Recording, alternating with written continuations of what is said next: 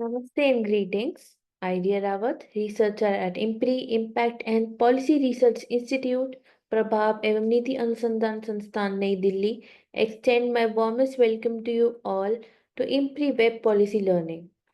Today marks the 8th day of Diplomacy, Foreign Policy and Geopolitics Youth Fellowship, an online international winter and spring school program. A 3-month immersive online introductory leadership certificate training fellowship program. This training program is organized by IMPRI, Center for International Relations and Strategic Studies. This fellowship program is chaired by Professor Swarna Singh Ji, Professor and Chairperson, Center for International Politics, Organization and Disarmament, Jawaharlal Nehru University, New Delhi. The co-chairs of the programs are Professor Sanjukta Bhattacharya, retired professor of International Relations, Jadavpur University, Kolkata, and visiting professor at IMPRI, and Dr. Simi Mehta, CEO and editorial director at IMPRI.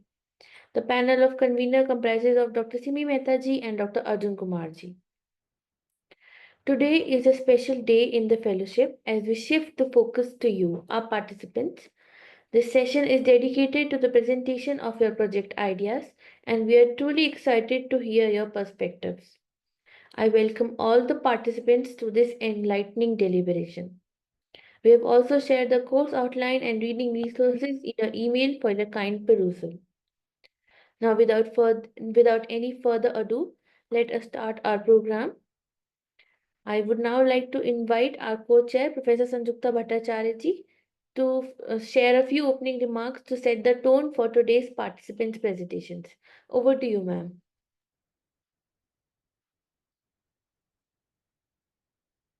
Thank you.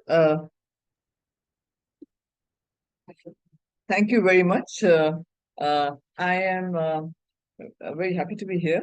We have had a number of lectures, and in fact, I've gone through the suggestions, the papers, the course out. I mean, the paper outlines of the participants quite thoroughly, and I made my comments. And today, I'm really looking forward to, in fact, hearing from you how you are going about it. I think Ria is going to tell us how long each person is going to take. What, 10 minutes, 5 minutes? So she will tell basically how long each participant will be given. Please keep to the time because there are a number of you and we have 2 hours to complete it. Now, this, of course, is very, it's going to be an interesting session. We're looking forward to this.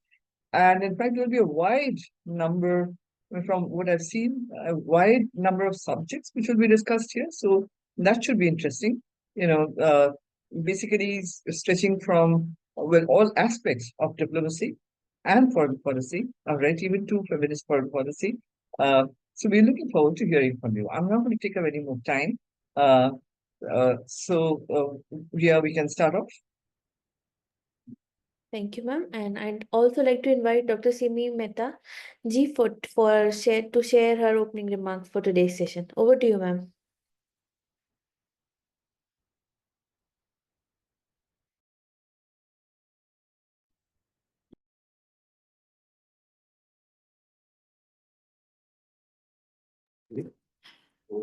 Good evening, everyone.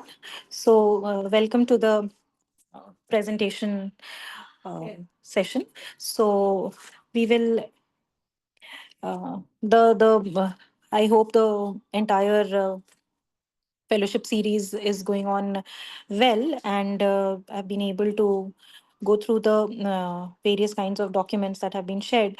So, given the uncertainties, the geopolitical uncertainties, I think this fellowship becomes all the more relevant, and we need to be more updated and what's going on. And I urge all of you to keep your questions intact, and even send us your doubts and concerns and all the queries that is coming up, that may be coming up on your minds, so that it will lead to a larger and healthy discussion.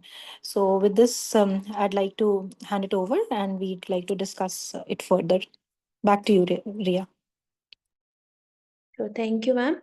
And Thank you so much for those insightful remarks. Now, moving on to today's structure. Each participant will be called one by one to present their topic. You will have a strict time limit of 5 minutes for your presentation. At the 4 minute mark, we will gently remind you to start wrapping up. Please ensure your presentation is clear, focused, and within time. And you can use the join as panelist request to start using the mic and um, camera feature. We look forward to hearing from each of you. We will first start with Vikramaditya ji. So you can start presenting your presentation. Yes, good evening, everyone. So let me just share the screen. I'll be happy if you can also show yourself. Oh, yes, sure.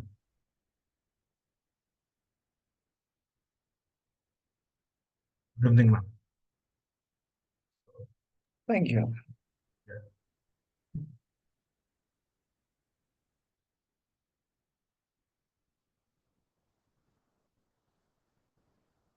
Yeah. So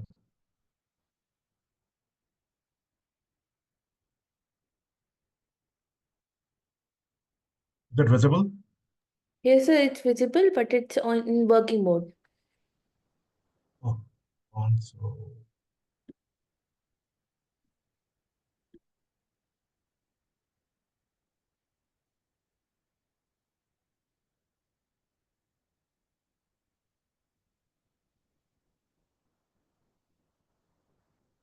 yeah. Can I start now? It's still in working Yes, mode. please go.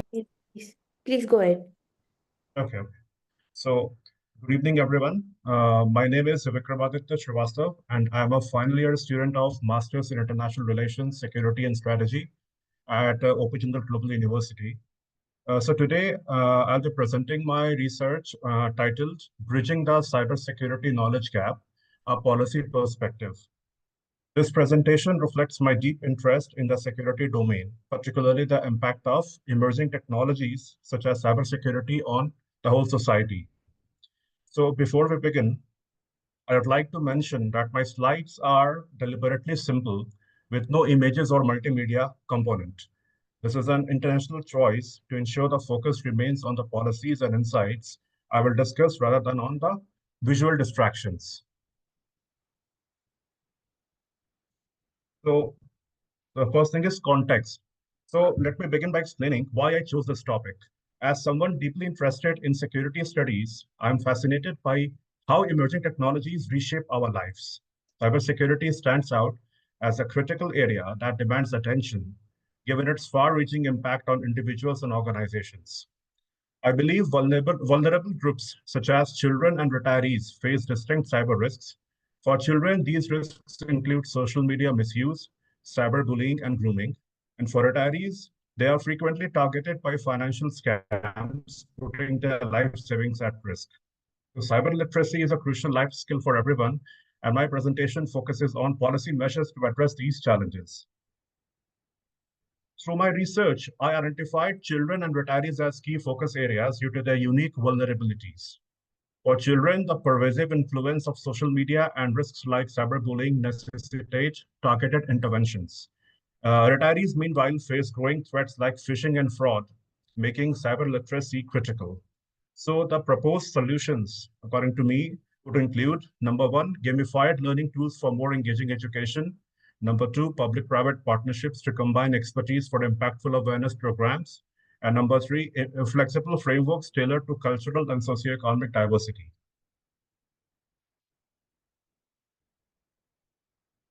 So policy recommendations. To address these challenges, I propose the following policy recommendations. Number one, integrating cybersecurity education into school curricula to introduce safe practices early. And this is targeted towards primary school children. Then implementing scenario-based hands-on learning methods tailored for vulnerable groups, allocating sustained funding to develop and scale inclusive cyber literacy programs. And last, periodic evaluations to refine policies and address evolving cyber threats. These measures aim to close the cybersecurity knowledge gap effectively. And lastly, and in the conclusion, I'd like to say that cybersecurity, I believe, is not just a technical concern. It is a universal skill essential for navigating the digital world safely. So empowering vulnerable groups like children and retirees through policy-driven interventions fosters a culture of digital resilience.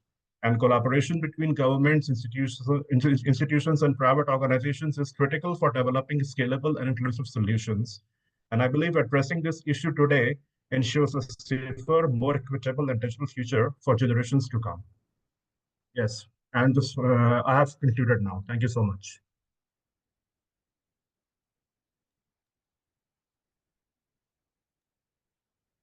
Thank you. Vikramaditya, thank you for the presentation. Just wanted to basically add a comment, and that is, what is your methodology? How are you going to go about basically measuring the impact of cyber security on children and retirees? I think I'm going to focus more on the on India, because every day I keep hearing news about cyber security, cyber crimes and scams targeting innocent people. So my research methodology will be mainly focused towards qualitative. It will be biased in favor of qualitative methodologies. Okay. Now, in any paper, you have to basically you also have to talk about, because you're talking about children and retirees as this thing. Well, you have to take a number of people, a bit of quantitative, to identify exactly what you were trying to say, and then go about it. Okay. Sure. Simi, if you have anything to add to this. No, ma'am, we'll move on to the next if you have done with your remarks. Sanjukta, ma'am? Yeah. We'll move to the next candidate if you're not done Thank with you. your remarks, ma'am.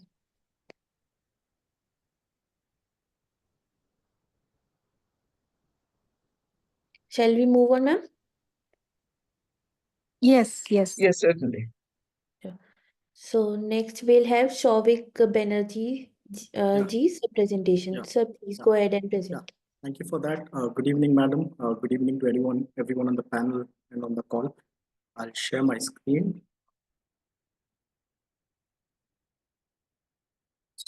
Let me know once it's visible to everyone.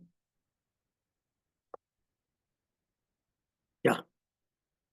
So my topic for today is supply chain diplomacy, evaluating the impact of certain structural changes in supply chain realignments and how that is creating a regional order of balance with an emphasis on Vietnam and Malaysia. So I have used kind of a graphical narrative, just given the time constraints. I thought that might be the best way to do it. So I'll just try to narrate a story here. We date back to COVID-19, 2021, when the world was in shatters. Economy-wise, social-wise, I think we were not in the best of shapes, and so were supply chains. We had shocks both on the supply side and demand side. For reasons that are obvious to us. So we had shortage of supplies and we didn't have enough demands. So overall, economy was going through a very bad phase. As a result of that event, the Black Swan event that came across, one very interesting concept that started taking shape in that period was realignment of supply chain paradigms. So that's the period when we saw concepts like nearshoring, reshoring, friendshoring, China N+1 start taking shape. And the world was gradually moving towards a displacement of manufacturing lines across the world. Now, whenever there is a paradigm shift or whenever there is a structural change in the way the world operates, there are always going to be certain beneficiaries. In this case, Southeast Asia, portions of Latin America, of course, emerged as big beneficiaries of these supply chains moving out of China. And more specifically here, Vietnam and Malaysia emerged as two countries in Southeast Asia, which due to a host of factors, including their strategic locations in the Indo-Pacific and their geographical closeness to China, gave them that upper hand of grabbing a lot of investments that were obviously, that were of course moving out of the mainland China. And they witnessed high growths in the last 3.5, 4 years. We have seen high amounts of FDIs flowing in. Labor productivity has shot up. GDP growth rates have consistently been in the range of 8 to 10% for the last 3 years. So the period has been a period of high economic rise for both these nations. And they had their own reasons also. They wanted to re-emphasize their own positioning in the Indo-Pacific, given China's increasing influence in the South China and the Pacific Ocean. They wanted to ensure that both individually and as major nations of the Asian bloc, they are able to keep a multipolar order intact in the Indo-Pacific. Having said that, a couple of case studies here, which kind of form the bedrock of my analysis, is that what have been those geopolitical events and what have they done to the overall stature of Vietnam and Malaysia to help them, become regions of or countries of enhanced importance. So one is one case here that we can look at is the Vietnam Comprehensive Strategic Partnership. It was a major flashpoint in their relationship with US, signing that in 2023. It just opened doors to increased collaboration for Vietnam, both in areas of tech and defense. And similar agreements were then signed up with countries like of the Quad, like India, Japan, Australia. So it just opened up a lot more opportunities for them with members of the West-led alliance. The Asian Future Forum, which happened this year, 2025, we saw Vietnam position themselves in a leadership position. That also enhanced their stature in the region. And more importantly, also a pivotal position with regard to their positioning in the ASEAN. Similarly, Malaysia signed a pact with India recently in 2024. So that again is an example of how diverse these geopolitical leverages have been for both Vietnam and Malaysia.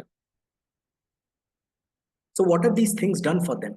One, of course, apart from the individual enhancements that we just spoke of, ASEAN, as a result of this increased geopolitical importance that these two nations have got, ASEAN has been able to create greater centrality for their voice in the Indo-Pacific. Because when the Indo-Pacific concept was being framed, ASEAN as a bloc had their apprehensions around the role that they would be playing. So it kind of, with this realignment happening, it just put a lot of attention back into ASEAN and Southeast Asia, both economically and politically. And you have 1 minute left. Okay. And of course, strategic hedging that we discussed in the last slide.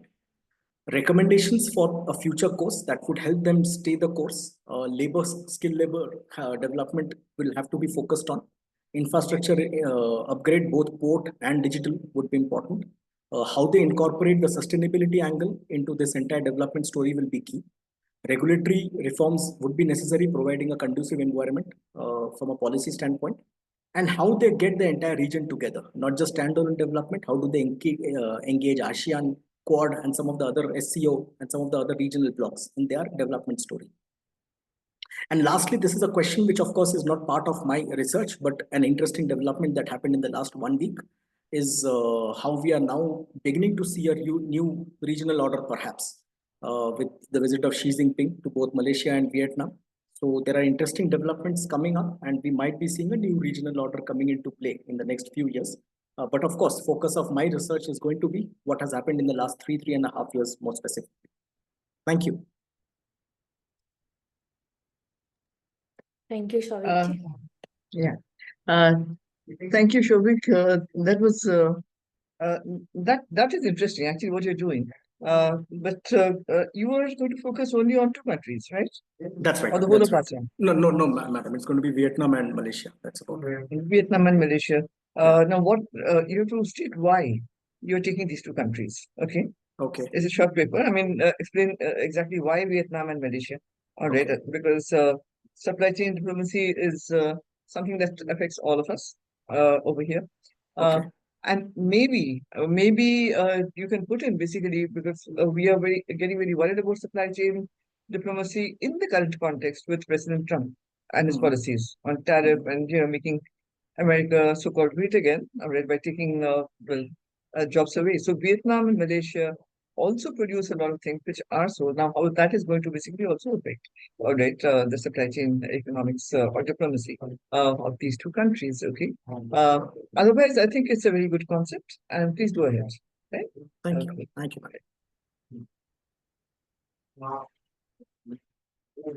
We'll now move on to the third presentation by Pratishtha Singh ji. And please go ahead and start your presentation.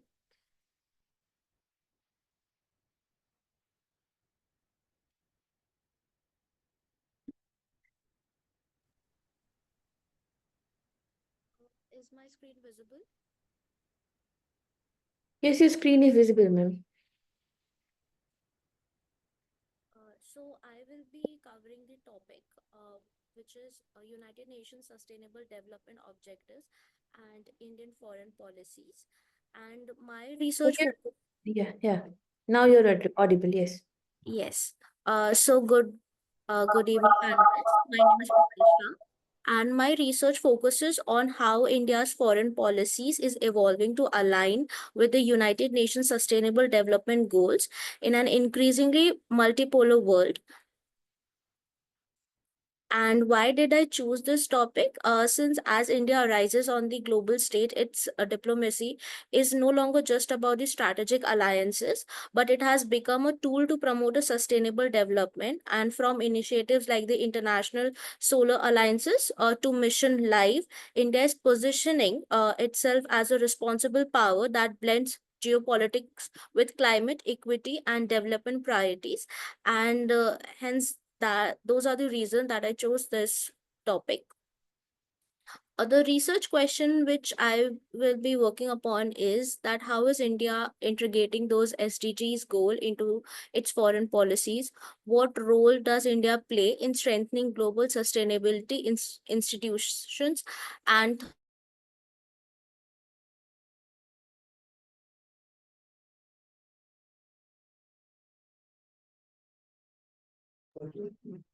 I can't hear you. Yes, ma'am, there's a connectivity issue by from Pratishaji's side.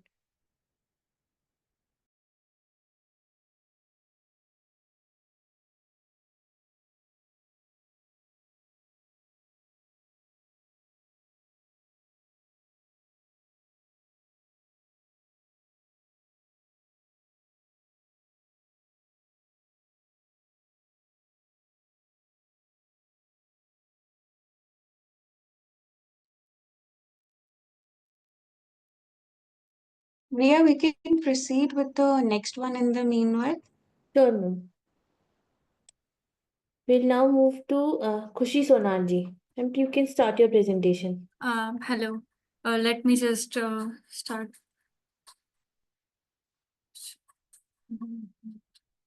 Yeah, is the screen visible? Yes, it's visible, ma'am. Yeah, so my topic is on UN Women. Myself, Khushi Sonar, and this topic I chose because I'm a law student and a feminist, so I thought it would be good for me to do it. So, introduction is gender equality is essential for human rights and sustainable development. Women continue to face systemic inequality globally. Established in 2010 by the United Nations General Assembly, UN Women, officially known as the United Nations Entity for Gender Equality and Empowerment. Origins and history of UN Women.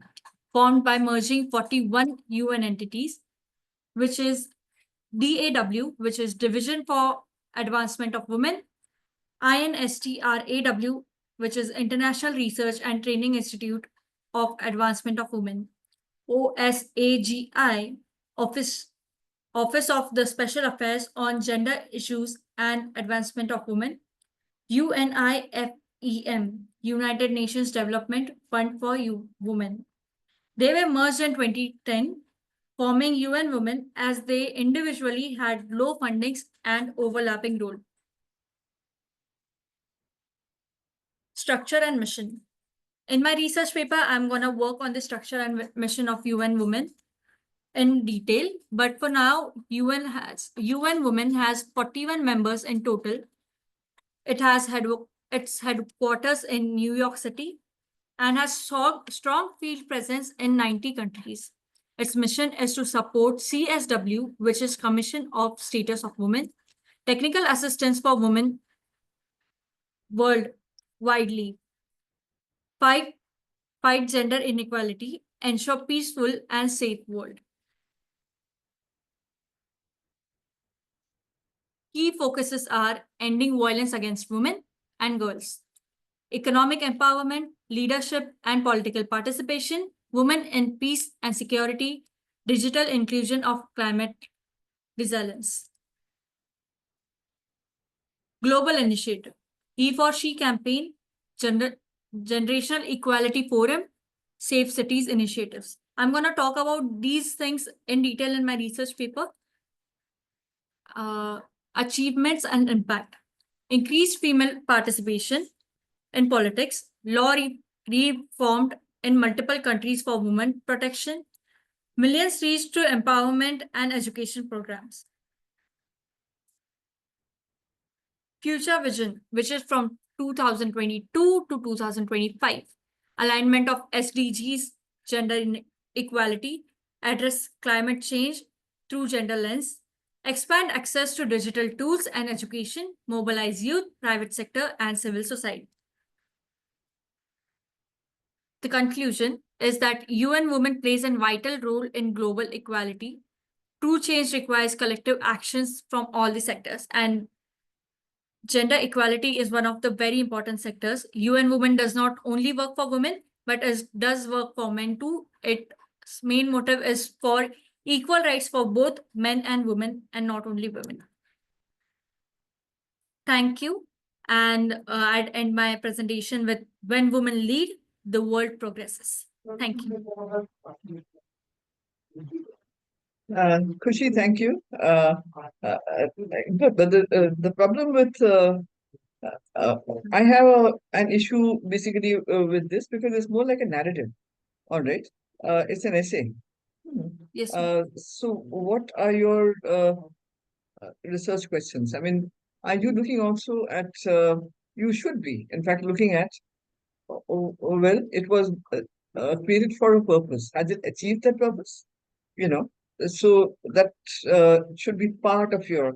I mean, in the when you write a research paper, you have a methodology, you have some research questions, and you basically have well, on the basis of the research questions, you have also a conclusion, right? Yes. You have to bring in some research questions, otherwise it's just a narrative essay, right? Narrative essay is it's like a book chapter. I mean, for students to read up, but a research paper is something different, right? If you understand, otherwise I think it's very good. What you've done, the structure, etc., is all right, except that there should be some research question. There should be a motive as to why you are writing this paper. And of course, the basic thing is it was created for a purpose. Has it achieved that purpose? Okay. Okay. Ma'am, may I add to it that actually during my presentation, I did mention what I'm gonna take in my research. So those are the questions itself, that what UN Women is working for. Especially I want to work for the Syria and Africa side for now. And also UN Women is in Asia. So yeah, the initiatives which is I want to highlight. Yeah, but you have to reshape it in such a way so that it sounds like a research question. Has it been effective in Asia and Africa? Has it been effective anywhere else? Has it been effective in climate change? I mean, the various objectives which were there, has it been effective so far? Because it was created in 2010, it's 15 years back, all right? So in the 15 years, has it been able to achieve even a fraction of what it basically was, what was directed against? Okay. Okay. And if it has not, why?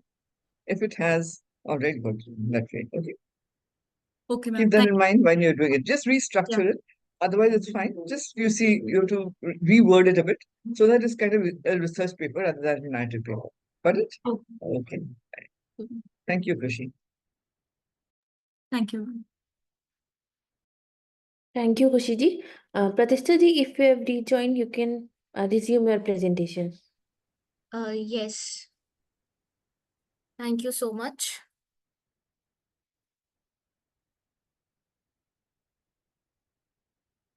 Am I audible? Yes, you're audible, ma'am. Sure.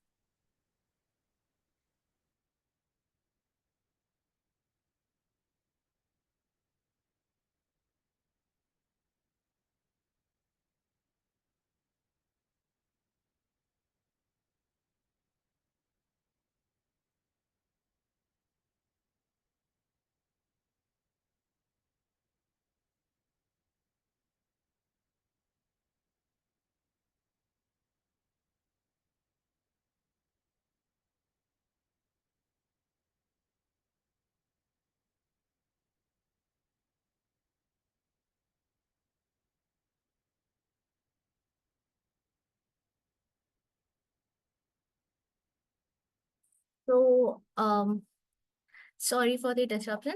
So my research questions were how India will be integrating the SDGs goal into its foreign policies.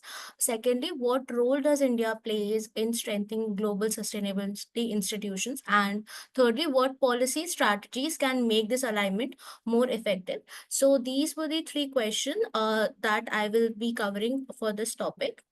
And the methodology which I will be using will be the qualitative research design. Through this, I will be using multiple government reports and documents to refer that what are the policies have been taking place and what are the steps. 30, the case studies initiative and will be taken. Fourthly, I will be following the interviews of the various diplomats and through the external ministry portal, I will be referring to them as a reference. And lastly, I will be using the other foreign policies model to get to know that what are they doing as per to implement the SDGs into their curriculum. Yes, that's from my part.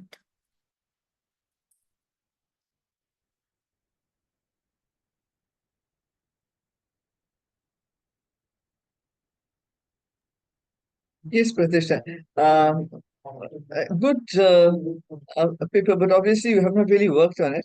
I mean, in the sense that you haven't started really working on it because your questions are absolutely fine, and so is well, basically your methodology, except that uh, a methodology that you have outlined. How long do you have to write this paper? Sorry, ma'am. How long do you have to write this paper? How Um, much time have you been given? Ma'am, I think by end of this month. End of this month. So, can you do all that you have mentioned over here? You know, uh, maybe, expert interviews and things like that, select expert interviews, one or two, you can basically put in.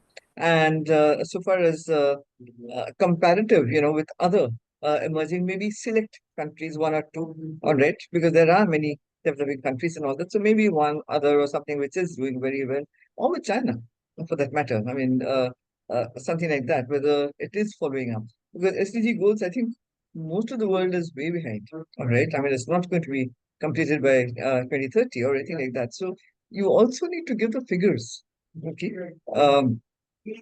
for India. Okay. And that's the only way you will compare with other countries. All right. So take a look into that. In your methodology, basically bring in also the figures as to what we have done. And these, we have annual reports which is supposed to be placed with the government, right? So take a look at that. Okay. Otherwise, it's good. The plan is good. Start working on it and you find that you're overwhelmed with data. There is so much data. What you're going to choose from, that will depend. Okay. Thank you, Pratisha. Thank you, Pratishtha ji. We will now proceed with the next presentation by Tanisha Upadhyay ji.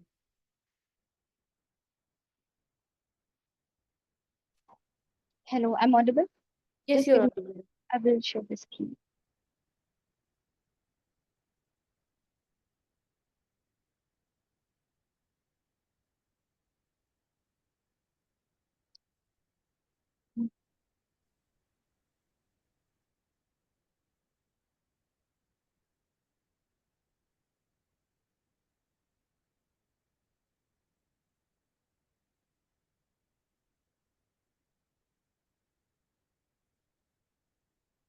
Is my screen visible?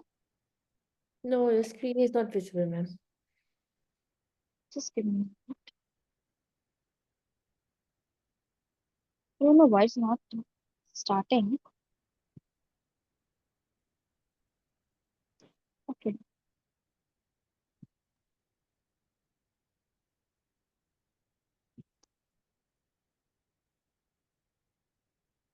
You can share your presentation with us, ma'am. Meanwhile, we move on to the next candidate. Okay, sure. Let me. Sure.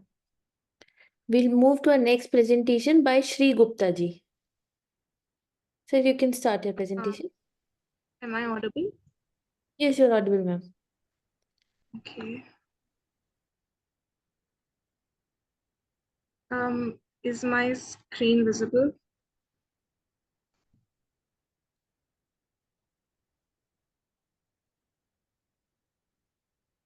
Is my screen visible? No, it's showing it has started sharing. Yes, it's visible now. All right.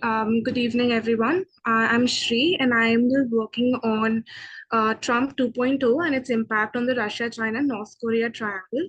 So, to basically understand where this is coming from, the first understanding of the basically where I got this idea was from when I was reading the newspaper last year, and I had started noticing that the North Korean forces were in Kursk, which was kind of something that took me aback because this was the first time I had seen North Korea come into the foreplay of Russia and Ukraine. Uh, Cut to a few months, and then we had Trump coming in, and whatever little knowledge I had gathered about North Korea and its relationship with China and Russia, uh, Mr. Donald Trump's entry seemed to be a wild card to it, and I wasn't exactly able to understand how is this going to potentially change the trajectory now, considering that these countries had become quite close and had been having a lot of ministerial level meetings, a lot of deals, and even the North Korean presence in Kursk. And that is when I joined the fellowship, I thought that this is something basically I want to work on. So the objective of this study is simple. I would be doing a comparative study of US policy through three administrations. The first Trump administration, the Biden administration, and the second administration, and how they basically affected the countries that I've made the part of the triangle, that is China, Russia, and North Korea, individually, and also the overall impact on the dynamics these countries share with each other. Then I will be looking at how the Biden administration potentially changed these. What was the difference between Trump 1.0 and then the Biden administration? Because we already understand that Trump has a very nationalistic view and a very transactional view towards world politics, whereas Biden was more Wilsonian, which basically means that he was more favorable towards the liberal international order. And now that we have Trump, once again, there's also some gap between what the dynamics these countries shared under Biden administration and what they will be sharing under Trump 2.0. So these are the some of the questions that I will be exploring are these, in addition to basically what patterns can I identify from Trump 1.0 and how are they basically going to get either mirrored or they're going to be basically deviated from into Trump, the second administration, basically. The observations I've made so far is that, first of all, as much as I had believed Trump 2.0 to be a wild card, it was not so. The first term, whatever strategies they're taken up there, the same, or at least there is an echo of those strategies in the second term as well. The same rhetoric with China and the same distrust towards Russia, even though there is much more collaboration with Russia than there is with China.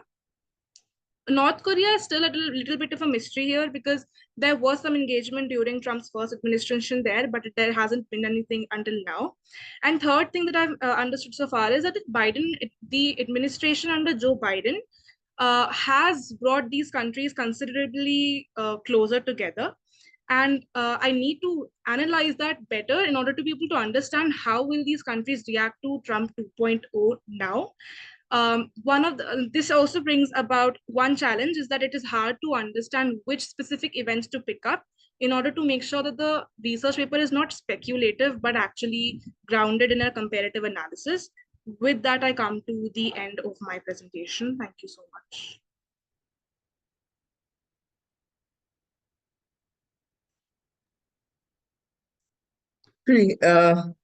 This is a pretty ambitious right, project that you have taken up, and it's fine. It's very understandable. But you've taken on three administrations. Trump, the first term, then you have the Biden administration, and the second term, which is barely started. Okay, so really, we don't know which way this is going. Okay, and so far as uh, Russia, China, North Korea are concerned, or that you're talking about a triangle. Now, the triangular relationship is also quite new. All right. China, Yeah. North Korea, yes, for a very long time, but not Russia, North Korea. All right. China, Russia is off and on. So you have to be very clear with that. So if you're talking about basically triangle, this was not there in the first administration of Trump. Okay. So basically, you can talk about this in the last administration and the and the present one that is there. Okay. And this is also in the context of Ukraine, all right, which you have not mentioned. Okay. Uh, do you see North Korea, Russia, and China kind of collaborating on other things? It's basically about Ukraine, sending North Korean soldiers, etc. I'm not very sure because you see, North Korea is very secretive about what else it does. All right, whether it's well, it must be having it's shipping not only people but also arms and things like that. So basically, how do you get that material? What is doing? So you have two, all right. On the one hand, you have the so-called triangle that you're talking about, which is not very well. It's just about a couple of years, all right, if you're thinking in terms of that way. And when you're talking about administrations, leave out the first Trump administration, the end of Biden's, and go to that. Okay, you can work on it definitely. All right, and how this is going to work out. Now you were saying that it's not such a wild card after all. All right, now it is a bit of a wild card in the sense. I mean that well because with Russia. Uh, the way Trump has been kind of dealing, all right, and with China is very difficult, and we don't hear North Korea at all. All right. We heard a lot about it during the Biden administration and all that. But here you see it's Russia with whom it is kind of playing soft, and China, so far as that's concerned, is playing hard. All right. Because why? The objective of Trump is not so much of, basically Biden, etc., all of them, as I said, a liberal democratic order and all that. Here, maybe the objective is not so much, but make America great again, the MAGA thing. All right. So getting jobs back and all that. So bring in those factors too. All right. What are the objectives of the two administrations? Okay. So basically, I think you deal with a few years, 20, I say 2000 to 2025. All right, not even 2000, 2022 to 2025, limited to a few years and work on that, on the two administrations that way. Okay. So basically, your topic was something like uh, Trump 2.0 and the China this thing triangle, right? Okay. Yes. Right. So it's not Trump 2.0. You can say the China, the US and China, Russia, North Korea triangle, 22 to 25 or something like that. Just limited. Okay. Mhm. So you're bringing in Biden and you're bringing in Trump. Will that work out for you? Yes, ma'am. Thank you so much. It Okay. actually kind of specifies it. I was also worried for how broad it has become. It was going all over the place. So tighten it. Okay. Okay. Thank you so much, ma'am. Yeah. Thank you, Shriji. We'll now proceed with the next presentation by Tanisha ji.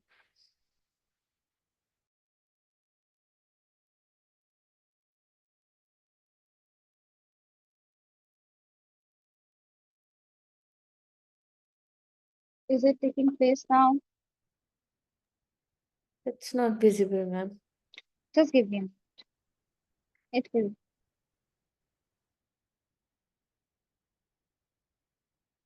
Now, it just.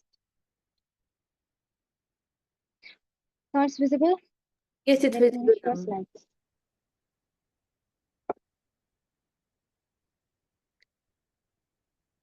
Okay, so let me start. So myself, Tanisha, and I am pursuing Masters in Public Policy from Lucknow University. Very recently, we know that US has put the fund cuts on many areas. So in this presentation, creative project, I will discuss various dimensions. I will also put some suggestions regarding these long-term short-term suggestions. With that, I will also discuss the angle side of this decision, the positive side of this decision. I will start now. So, as per WHO studies, the impact of these fund cuts will be severe as 50 plus countries were going to face challenge regarding HIV services. 27 countries will face breakdown of tuberculosis and malaria that has projected 15 million deaths and cases 100,000 plus deaths will worsen this year due to this. First of all is the ethical dimension. Now the US that always talks about humanities, human rights, human dignity. while taking this decision, has performed the opposite from his words. Let me give some points here. So we know that most of the US aids move to large portion goes to food aid, mostly particularly World Food Program, and that covers 150 million people. If these fund cuts happen, it will it will lead to high malnutrition and high mortality rates. With that food distribution in the countries like Ukraine that are suffering from war or some environmental calamities, who have not capacity of warehouses or they are destroyed, now they will face challenge of foodborne diseases also. Third, we all know that these days countries are facing the migration, opportunity migration and resource migration also. Now these funders will risk the stability of the country that will accelerate conflict and lead to resource migration in the world. Other point is that these days we see that the US government is very much involved with private players. So this is also one aspect that with these funds cut, it will benefit the private players because US has put developed and underdeveloped countries in a vulnerable situation where no option is left for them to buy medicine and services from private players. And we all know that as per data, that the US is one of the dominant players in pharmaceutical industry. Next, there's now all the articles in this with this issue that I have gone through mostly discusses about the issues with that are arising with the decision. But I want to thank and mention your professor who has put the different point of view also. According to him, that he says that colonial legacy in which a global south has been positioned as a recipient rather than a leader in health and sciences and innovation must be challenged. So, because it is also true that developing underdeveloped countries can, for how long they can depend on US or some big economy for now. I know it's a challenge for the nations, but it is time for them, for especially global South, to be self-sufficient and develop the capacity. Now, as for long-term suggestion, as I want to mention, You have 1 minute left, ma'am. okay, that I want to mention that that this needs a collective effort from government, civil societies, and academic institutions, private sector also to come together in these underdeveloped countries and developing countries and bring and create a long-term strategy or plan to facilitate this thing to be self-sufficient. And for long and for short term, I want to suggest that US can extend this one cut for 6 months. This will give a preparatory time for these nations to prepare for this and search for other opportunities available for them to continue these services. Also, the US can divide the US in two categories: essential services and extra-essential services. And US should only focus and help should provide aid to only essential services. Third, for the very important issue of food distribution, I want to WHO with coordinate with the national governments and non-government organizations to resolve this issue. Now, because lack of time, I have not discussed lots of points, but in the blog that I have shared with IMPRI, I have discussed all things in a very detailed manner. As soon as the IMPRI will put it on the website, I will also share the link here. Thank you so much, everyone.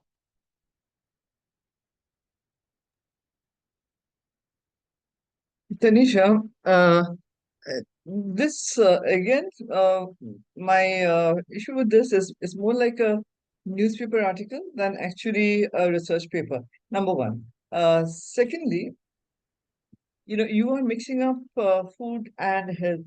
Now, these are both of them are kind of interlinked, of course, definitely, because well, lack of food, or if there is a food scarcity, that will create well, health crisis. Okay, but in the limited time that you have, rather focus on one thing. All right. Uh, Now, also the third point is when you talk about the global south, you're talking about a huge area. Now, well, cuts to US AID will not basically affect countries like India, for instance, okay?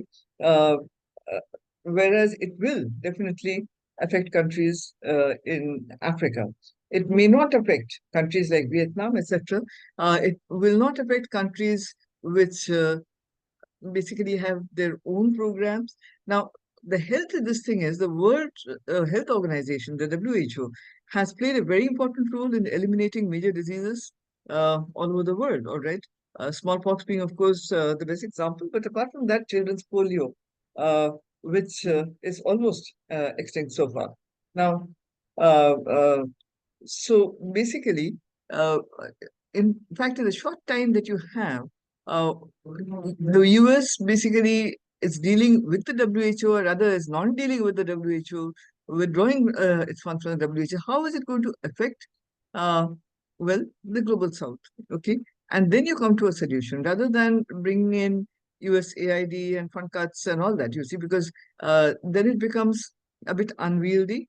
And also, when you talk about the global south, I think we're talking, if we talk about basically only WHO and global health issues, all right. Like, for instance, the pandemic, all right, WHO was criticized for not really responding so much, and there were vaccines. But the US has also come up with a kind of, see, I mean, a non-vaccine policy. I mean, they are thinking in terms of that, all right. They don't believe in vaccines, the present administration, okay. Some of them at least, okay. Kennedy.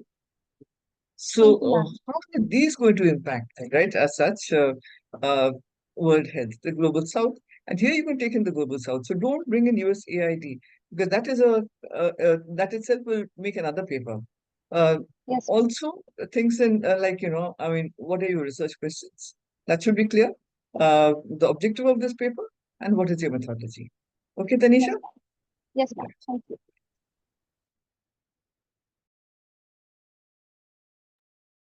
Thank you, Tanisha ji. We'll now proceed with the next presentation by Varsha ji.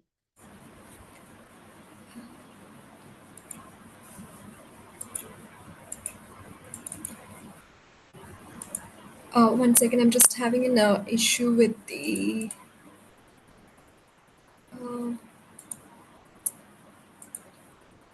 Can I do next, because I'm actually having a technical trouble in sharing the screen? Sure, ma'am. Okay, thank We'll you. move to the next presentation by Mannat Bedi ji. Yes, I'll just share my screen.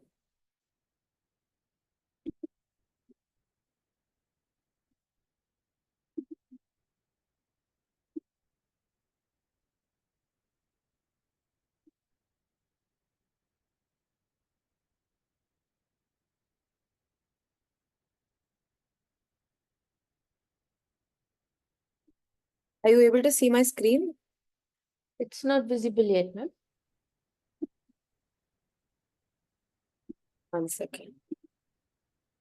Is it It's visible now? visible. Yes, it's visible now. Okay, hi, my name is Mannat, and I'm writing a research paper on BRICS, and I've decided to write a short poem on it. But before that, I would just like to say why I chose BRICS. So BRICS caught my attention because it's becoming more important in today's world.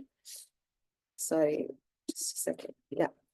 Becoming more important in today's world, the countries in BRICS have different economies, but together they're changing the way the world works. With so many challenges around, BRICS gives countries a chance to team up and work towards common goals. As someone interested in global politics and economics, I felt exploring BRICS' future role would be interesting. I decided to write a poem about it because I love creative writing. The Voice of 10. Beneath the sun of southern skies rise nations bold with ancient ties.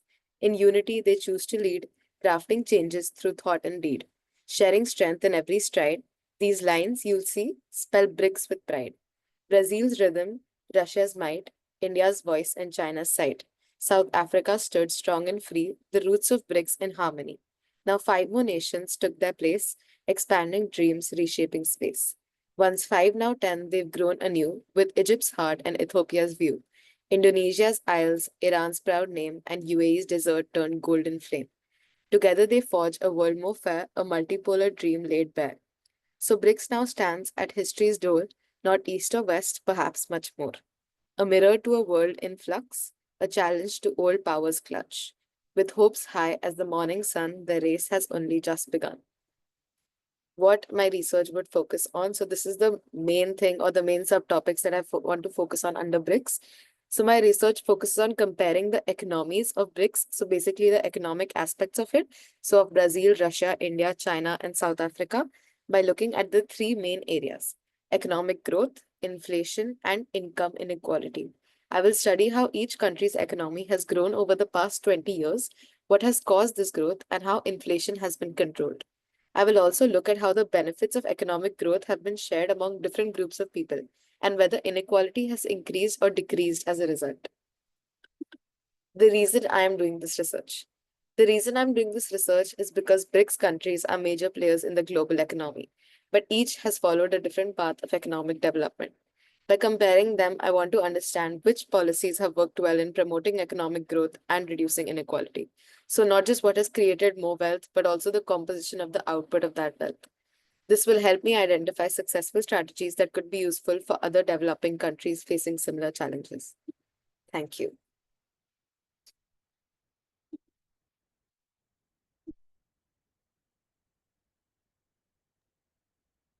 Thank you, Manat. I really loved your poem. Very nice. Thank you.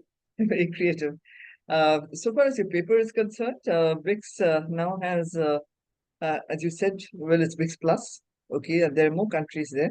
Now, what exactly what exactly are your, I mean, you have mentioned your research questions there, all right. But maybe you should uh, think of the BRICS as a group also, okay. And it has, well, pretty big powers, all right, as well as smaller powers, all right, emerging powers, okay. Uh, so, can the BRICS, you see, because when you're talking about multipolar world, poles need not necessarily be just countries, all right. They could also be partnerships, groups of countries, okay. What impact these have, all right.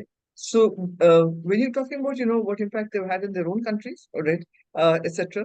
The BRICS by itself, when we are a member, we've been a member right from the beginning, all right. But in India, basically, what impact has the BRICS had, all right, so far.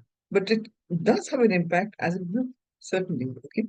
Now, individually, all right, okay, it can help improve trade relations between the countries concerned. All right, they can talk about it. It can help improve not only trade, economic trade, but also, all right, working together, all right, having joint naval exercises, etc. All that is very much there. Okay. So it's part of diplomacy, it's part of foreign policy. But whether it kind of feeds back into the country, into people's lives, individual lives, I'm not so sure. So basically, deal with it as a group, and what impact basically it has as a group vis-a-vis other groups, all right? Because many of these are members of, say, G20 members, are also members of BRICS, okay? Uh, but I don't think a single NATO member is a member of BRICS, all right? Do you get the point? All right. Or Quad, you find again India is very much part of that, but the others are not part of BRICS. Okay. So basically, think of it as a group, and how does it compare with other groups? Okay. Uh, uh, Maybe that will work out better because you're talking about the economic impact or data such on the individual countries concerned. That is one part of it, but uh, there is more to BRICS audit as a grouping, a grouping which crosses boundaries audit as such. It's not just a third world grouping, all right, it's across the board. Okay. Maybe you can just rethink a little bit and put it in your questions because you think about it. I mean, what impact has it had on the lives, or what impact has it had on the economy of, well, India itself, all right? Maybe it has had on Brazil, all right, but not so much on India or on China. It would not make any difference, all right, as such, whether India or China were members of BRICS on their economies, all right? So rethink it as a group, all right? And what power, what clout it has in in economics, in military, all right, in the seas, all right? What role does it play? Okay. Okay, Thank thank you you. so And much. lovely poem, lovely poem. Thank you. Thank you. Um, uh, Thank you very much, Sanjukta ma'am. I'd like to point out in this presentation as well, Actually, I'm not able to switch on my camera because of very, very poor network. So it was, according to me, a very nicely done presentation. But when you were talking about the various kinds of economic aspects which you'd be comparing, and that led to the wealth generation, and perhaps these were the things that you just spoke. So if you could also put in all the parameters, or at least a few parameters, on the economic aspects, what aspects of the economy you're talking about that can be compared, for example, poverty level or unemployment, or various other things, poverty. So if these can be also incorporated, then it would be very holistic, as along with what comments which Professor Bhattacharya just mentioned. So it will be a very holistic paper that could come out of it. So as far as what I could figure out with your presentation was, it is a little vague, or it needs a little more further detailed conceptual note in your presentation. So So that's from parameters like the Human Development Index, GDP, and all of that. yes. So if you could put that also in your Yeah. presentation, maybe you would be incorporating them, I'm sure, but it should be a little more specific. Got it. Thank Yes. you. All the best. Thank you, ma'am. Thanks, Dr. Mehta. Thank you, Manojji. We'll now proceed with the next presentation by Varshaji.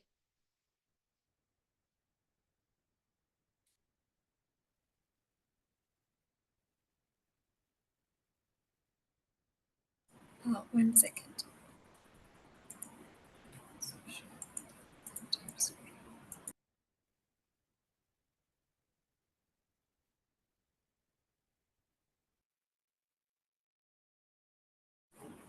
Hello, the problem is when I share my window, I think my audio is on mute. You can share your presentation with us and we'll present it. You can go next. Okay, thank you. Sure. We'll now proceed with the next presentation by Shivam Adhikari ji. Just a second.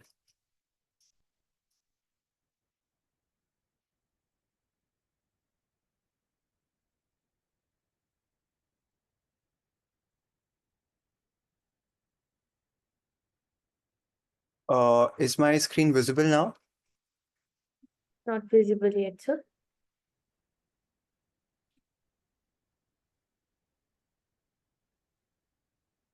I'm not sure what the problem is.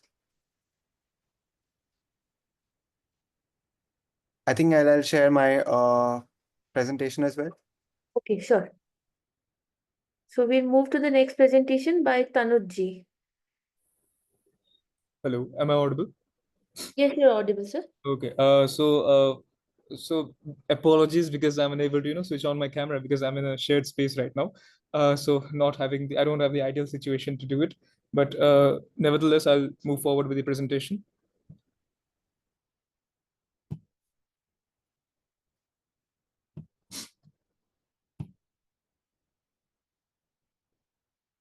Please give me a few seconds.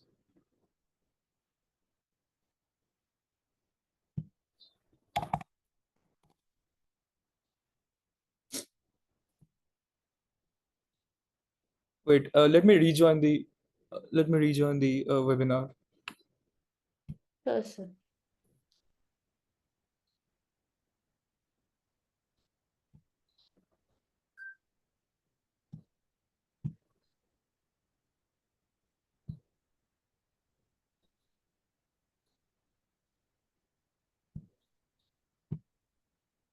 Okay, I'm having some issues actually. What I'll do is I'll share the presentation to you. If that works, could you be able to share it? Sure, sir. Okay. Okay, that's great. Sorry to interrupt, ma'am, but in this file, was my screen visible? Yes, your screen is visible. Okay, so should I go ahead? Yes, please go ahead, sir. Okay.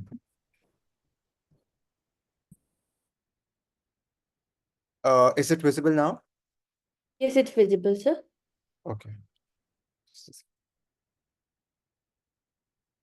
Okay, so the topic that I'm going to cover, the research question is like during 2022 and 2024, between this time, while USA and the European Union and all the bigger nations and the states, while they were completely involved in the Russia-Ukraine conflict, what was happening in the East, and specifically in the Indo-Pacific region, will be the major my interest and to research on that.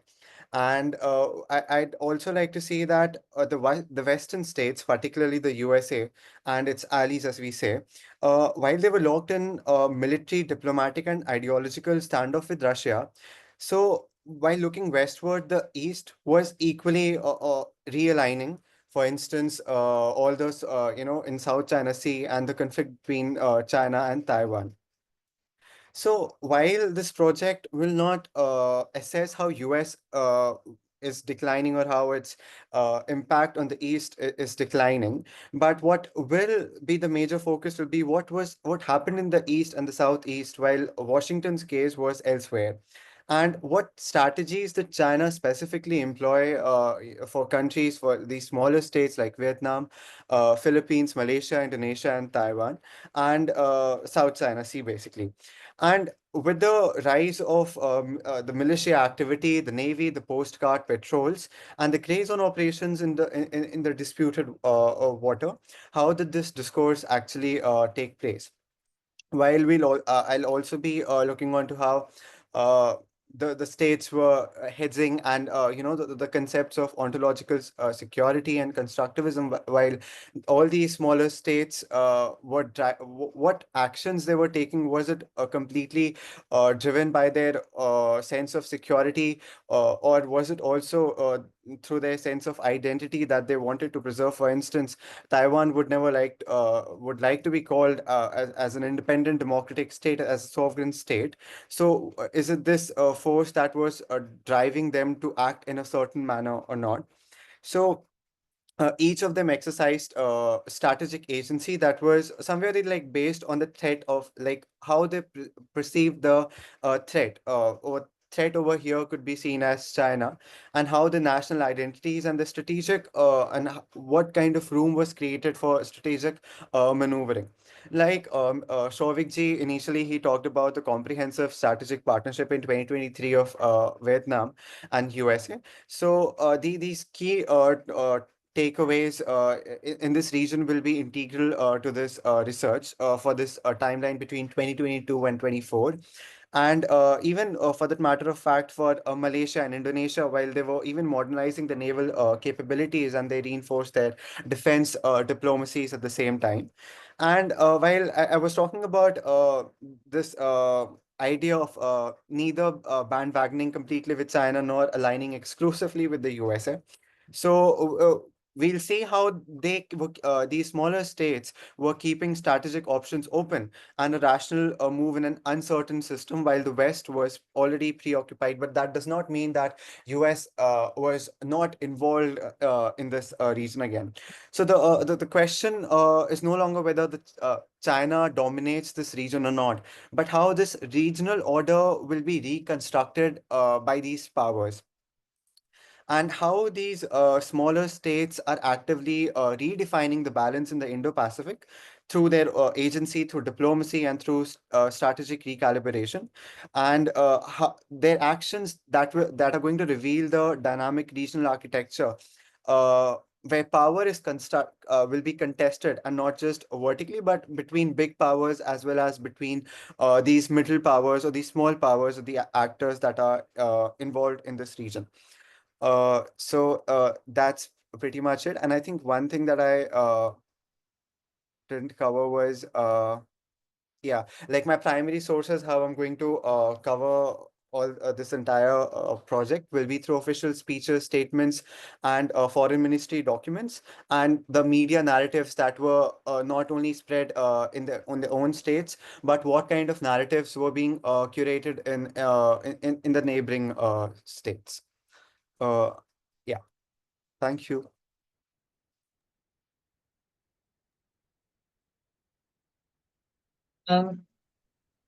Thank you, Shiva. that was interesting, definitely. Basically, you're talking about beyond Ukraine and China in the South China Seas in the Indo-Pacific. Okay, how it has grown, and it looks like basically, what is your background? You are an IR student, right? Yes, ma'am. First year IR student. Okay. So since you're an IR student, I'd rather basically you went about it in and since you have mentioned theoretical lens, all right, why don't you basically put it maybe a constructivist lens or something like that? I mean, looking at it from one theoretical aspect or even multi-theoretical and see which fits. Okay. If you're thinking of constructivists, all right, why not basically looking at uh, China's growth in the Indo-Pacific region. Uh, Forget about Ukraine, all right? I mean, that can be your intro, all right? Because you're not going into Ukraine at all after that. I mean, you just mentioned it that the US, Europe, etc. were all busy, and then of course China was growing. So forget Ukraine in your title itself. And so why don't looking at China's growth in Indo-Pacific, all right, through a constructive lens or something like that, okay? Constructivist lens, all right, okay. Something like that, or uh, uh, well, uh, China's growth in the Indo-Pacific region, and then you can put a colon and see. Well, raise a question. Uh, Strategic hedging, or whatever you want to put it. Okay. Now, basically, here, in fact, you find that in fact this year, in the last few months, this has grown even more because of Donald Trump's tariff things. All right. China is making well, an all-out effort, I think, and it's going to make an all-out effort even more. This is going to grow over the next few months, or right as such, to bring Vietnam. Look at the way they've been sending out, all right, messages and traveling also. Okay, Vietnam, Malaysia, etc. Uh, so far as trade is concerned, economically, I mean, the connections are growing, and primarily this is what a counter to, uh, well, the United States, and that's because of the economic. It doesn't really matter to China, but it certainly matters to China so far as its own economic growth is concerned, and this region is concerned, because well, it has a big uh, balance of trade in favor of China, all right, with all these countries and India too, all right. So this is very important. So United States, even if there are high tariffs and all that, it cuts off trade with China. It has to grow this side. So basically, it's not a question of only, you know, throwing its military power in the South China Seas. Now, in fact, particularly, it is also seeking, well, it has always done that. Well, the hand of friendship even more. Okay. So basically, this idea of strategic hedging, all right, is very much important in the present context. And maybe you should focus on that. And I think put the entire thing into a theoretical uh, setting. All right. It'll sound even better. It looks like a research paper. All right. Even more so. Now, it's slightly here and there. For instance, Ukraine doesn't come in after, well, although it's the main title. All right. It's the primary title. And then you have colon and going on. But where is Ukraine otherwise? Okay. So forget it completely. Basically, focus on China in the Indo-Pacific and put it uh, uh, basically strategic hedging or whatever, I mean, that you want to put it. Okay. Think about it in current times. Oh, Does that? thank you, Professor. Yeah, yes, Professor. But one question, like, my initial thought was like, the first time when I discussed my initial abstract with you, like of an U.S. absent world order, but as you said that it was too ambitious. But in this paper, I thought of only focusing on China. But as you recommend that, I should also think about the economics and the trade factor. So in that aspect, so U.S. Like in this paper, will US automatically come in? So Of course, the US will come in yeah, because it's the way it's going now, the way that China is wooing, all right, Southeast Asian is primarily because of the United States, because of the Trump administration, right? It already has a strong foothold there, but well, uh, so that the tariffs really don't hurt China. They want a closer connection with Southeast Asian states. right? So it comes in automatically. I mean, directly and indirectly. All right. So bring that in. But I think, as I said, I mean, that was a bit ambitious. That was really big. But here, focus it. All right. And I said, even focus it even more by bringing in a theoretical lens. Right? Okay. Does that work for you? Yes, Professor, it does. Okay. Thank you, Shiva. Thank you, Professor. Thank you, Shivamji. We'll now proceed with the next presentation by Varshaji. Good evening, everyone. My name is Varsha Jose, and I will be presenting on Indian American political influence in the US India relations. So, as we all know now, like the Indian diaspora has a really significant role in the diplomacy of India because the current government gives them a lot of importance, especially during the high profile visits. So, Indian American community is almost 4 million in US, and recently there is a rising in the political representation by them because in 2014 the number was just one Indian American in the Congress, but now it's almost 6. When it comes to diaspora and politics, the thing is, depending on the political environment, sometimes diaspora can be really active and an awakened diaspora. Sometimes it can be a dormant one. But I would say, like right now, if we see that in the case of US, we do have a comparatively active diaspora. Next slide, please. So I will be particularly looking at the Congressional Caucus on India and Indian Americans in the US Congress. So now they do call the 6 Indian American representatives in the House as Samosa Caucus. So I will be looking at some of the instances that happened under this congressional caucus. The first one is during the first term of President Trump. He actually made a statement where he said that the Prime Minister requested him to mediate on the Kashmir issue during a press interaction along with Pakistani Prime Minister Imran Khan. But at that time, this congressional caucus actually stood in defense of India. And then the next is India-US civil nuclear deal. And so some of the influential members of this caucus group actually supported a lot of Indian American organizations, and they were able to secure the votes of almost 39 members in the Senate, and they did contribute to the deal a lot. And next slide. Thank you. So they have also made some comments on the issues that's happening in India. So an example is the farmers' protest. So one of the members of this caucus actually made a tweet saying that there should be enough space for them to do peaceful protest in India to restore the internet access and everything. So that was also, you can see that how they do make comments on the domestic politics also.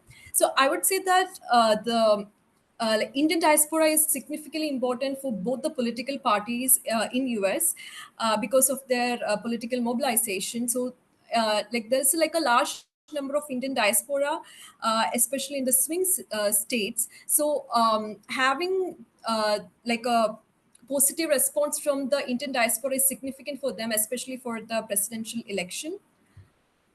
Next slide. Thank you.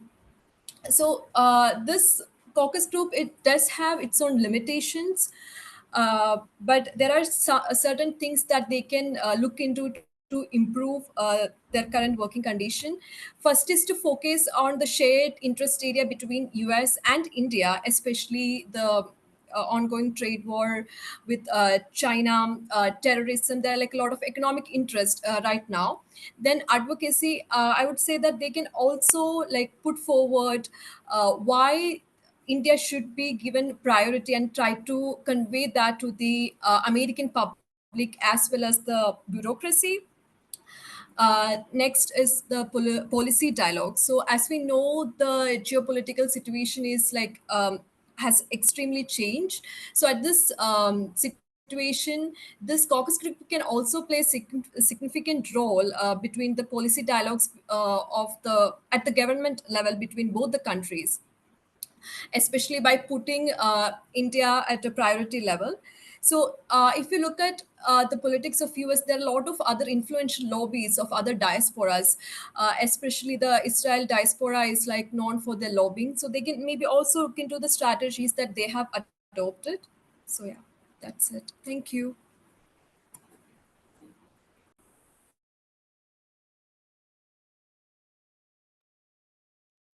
Thank you, Varsha. Diaspora studies, of course, is a very uh, well, it's got wide dimensions, and in fact, we're getting more and more interested in the diaspora, primarily because, especially in the since 2014, because even earlier, of course, but especially since then, because the present government has been wooing the diaspora for various reasons. Okay. Now, what I want you to understand is you're talking about the Indian American, you're talking about the Indian American political community. Uh, now, the political community is there, and there is also the diaspora, which is much larger than the political community. And the other thing is that you're talking about the India caucus, which is actually it's not just Indians, but there are plenty of they are paid already as such to basically bring India's interest into the Congress when things are well, whether it's economics, whether it's as you said, the nuclear deal at that point of time, where of course the India caucus plays a very important role, or as you said, the farmers' protests, all right, when uh, accusations of being non-democratic or it is there. So they're paid to basically play an important role. Now, be very clear exactly what you are talking about, whether you want to work on the India caucus in the Congress, all right, and how basically it swings, all right, political decisions in favor of India, okay, and you can take a time frame for that, okay, or you can talk about the diaspora and why is it important for India, okay? Or for that matter, the political community and why it is important for American politics. Primarily Indians, as you know, the people of the Indian diaspora, or rather people of Indian origin, they're among the highest earning, all right, in the United States. Not only among the immigrants, but well, they earn more than the white Americans taken as a whole. Okay, so basically they are an economic base, and they regularly get basically for campaign funds and all that. They get letters from the parties. They are invited to political dinners, etc. Those were important. And as you know, more and more Indians are also standing, all right, assessed for various posts, not only in the Congress, but almost every post is elected out there. So at different levels, they are standing over there. So, Varsha, what I'd like you to do is be clear as to exactly what you are working on. You're working on political community or the India caucus or the Indian diaspora. Again, be clear about whether you want to work on how the diaspora is helping India, all right, or the India caucus is helping Indian policymakers, all right, or basically Indian issues, okay, or how the Indian diaspora is joining American politics, okay. If uh, uh, it's very interesting, but there are many dimensions to it. And since you have a limited time and you have to write a research paper, not a thesis, so take one dimension. Okay, how does that work out? Uh, What Thank you, what would ma'am. you like to do, Varsha? I mean, what Uh, exactly are you? because I was thinking like how this caucus actually helped during the time of the India-US nuclear deal because they worked along with other Indian political group, not Indian political, Indian American groups in US to influence the senators. So I was trying to look into more like their interaction with the community also. In fact, that is more interesting because very little work has been done on the India caucus. Uh, Okay. Work on the India caucus in that Okay. case, all right, and just leave it to the India caucus, which doesn't mean the Indian diaspora, all right? Okay, ma'am. So the India caucus in the Congress, the US Congress. Okay, that should be very interesting and take a time frame because it's been there for a very long time. Earlier, it was not so influential, Yeah. but in this century, they have been influential. Uh, so take a time frame. I mean, and work on specific issues where they have played a very important role, right? Okay. And in fact, you have taken, you talked about the nuclear deal, you've Yes, taken sir. the farmers' issues, okay? Take one or two more and discuss that. What role has the India caucus played in shaping American congressional opinion? Okay, Okay, ma'am. Thank you. right? Okay. Siva ma'am, would like to share your remarks? Yes, thank you very much, Ria, and thank you, Professor Bhattacharya, for your elaborate comments. Yes, I totally agree to what Madam has mentioned, and I think that will also give a good insight into what you are wanting to actually focus on. My concern is yes, there should be a time frame. However, uh, in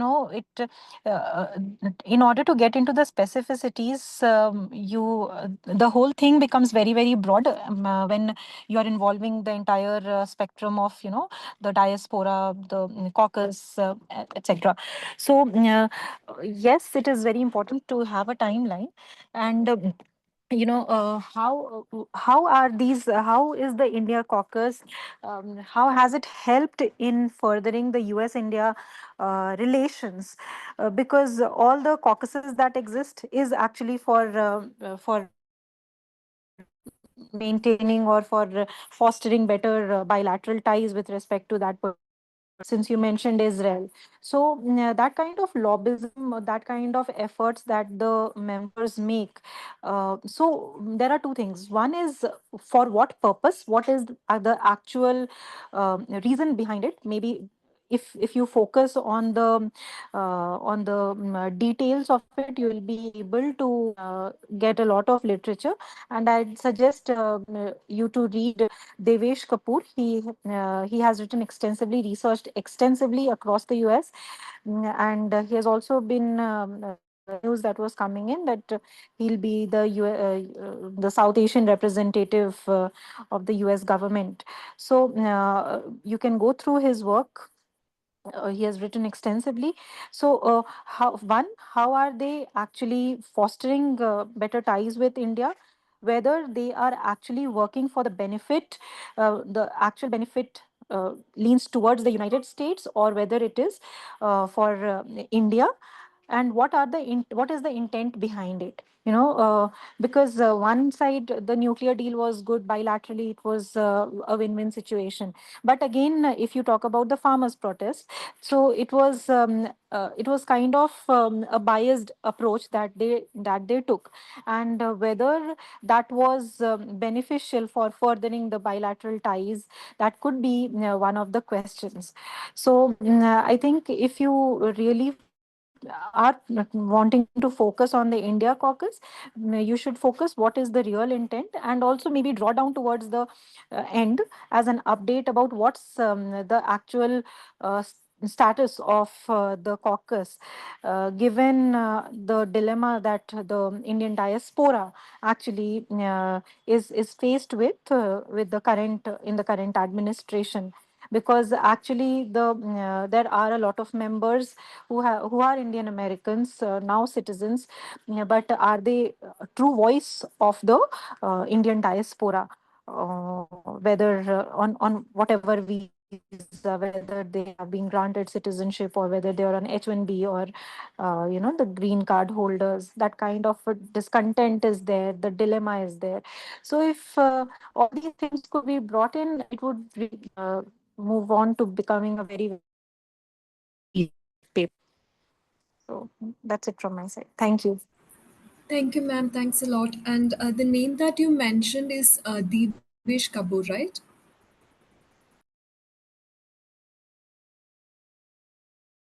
Yes, Varsha. Thank you, ma'am. Thanks a Thank you. lot. Thank you, Varshaji. We'll now proceed with the next presentation by Tanuj. So am I audible? Yes, you're audible, sir. Okay, let me share my screen.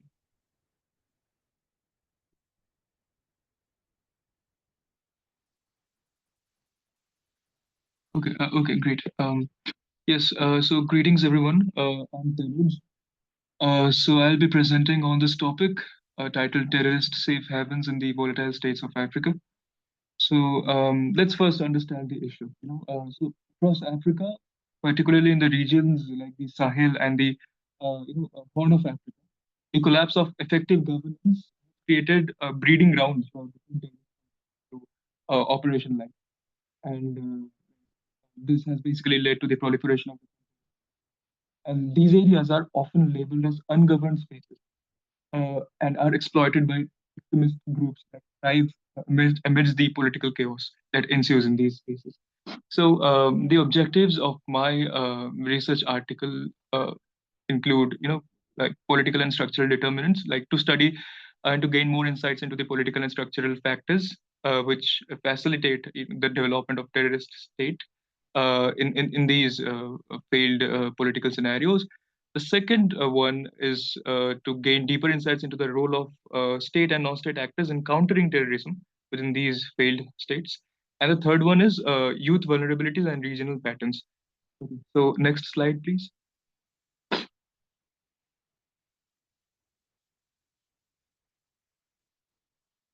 Next slide, yeah.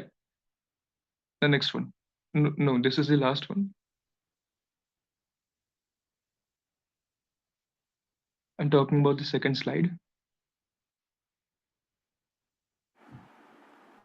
This is the only slide that is coming. Can you share from your end? Okay, sure, no issues.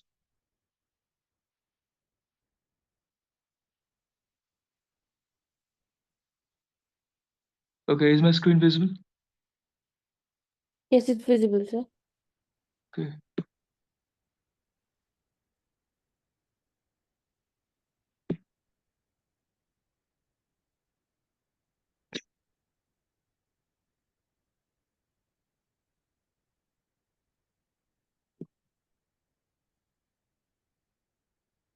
Okay, so this is the next slide.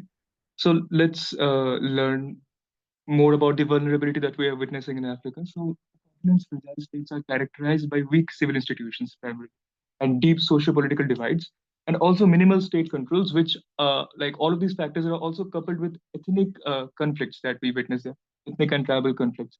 And these conditions provide an operational haven for extremist groups to organize, radicalize, and launch cross-border attacks.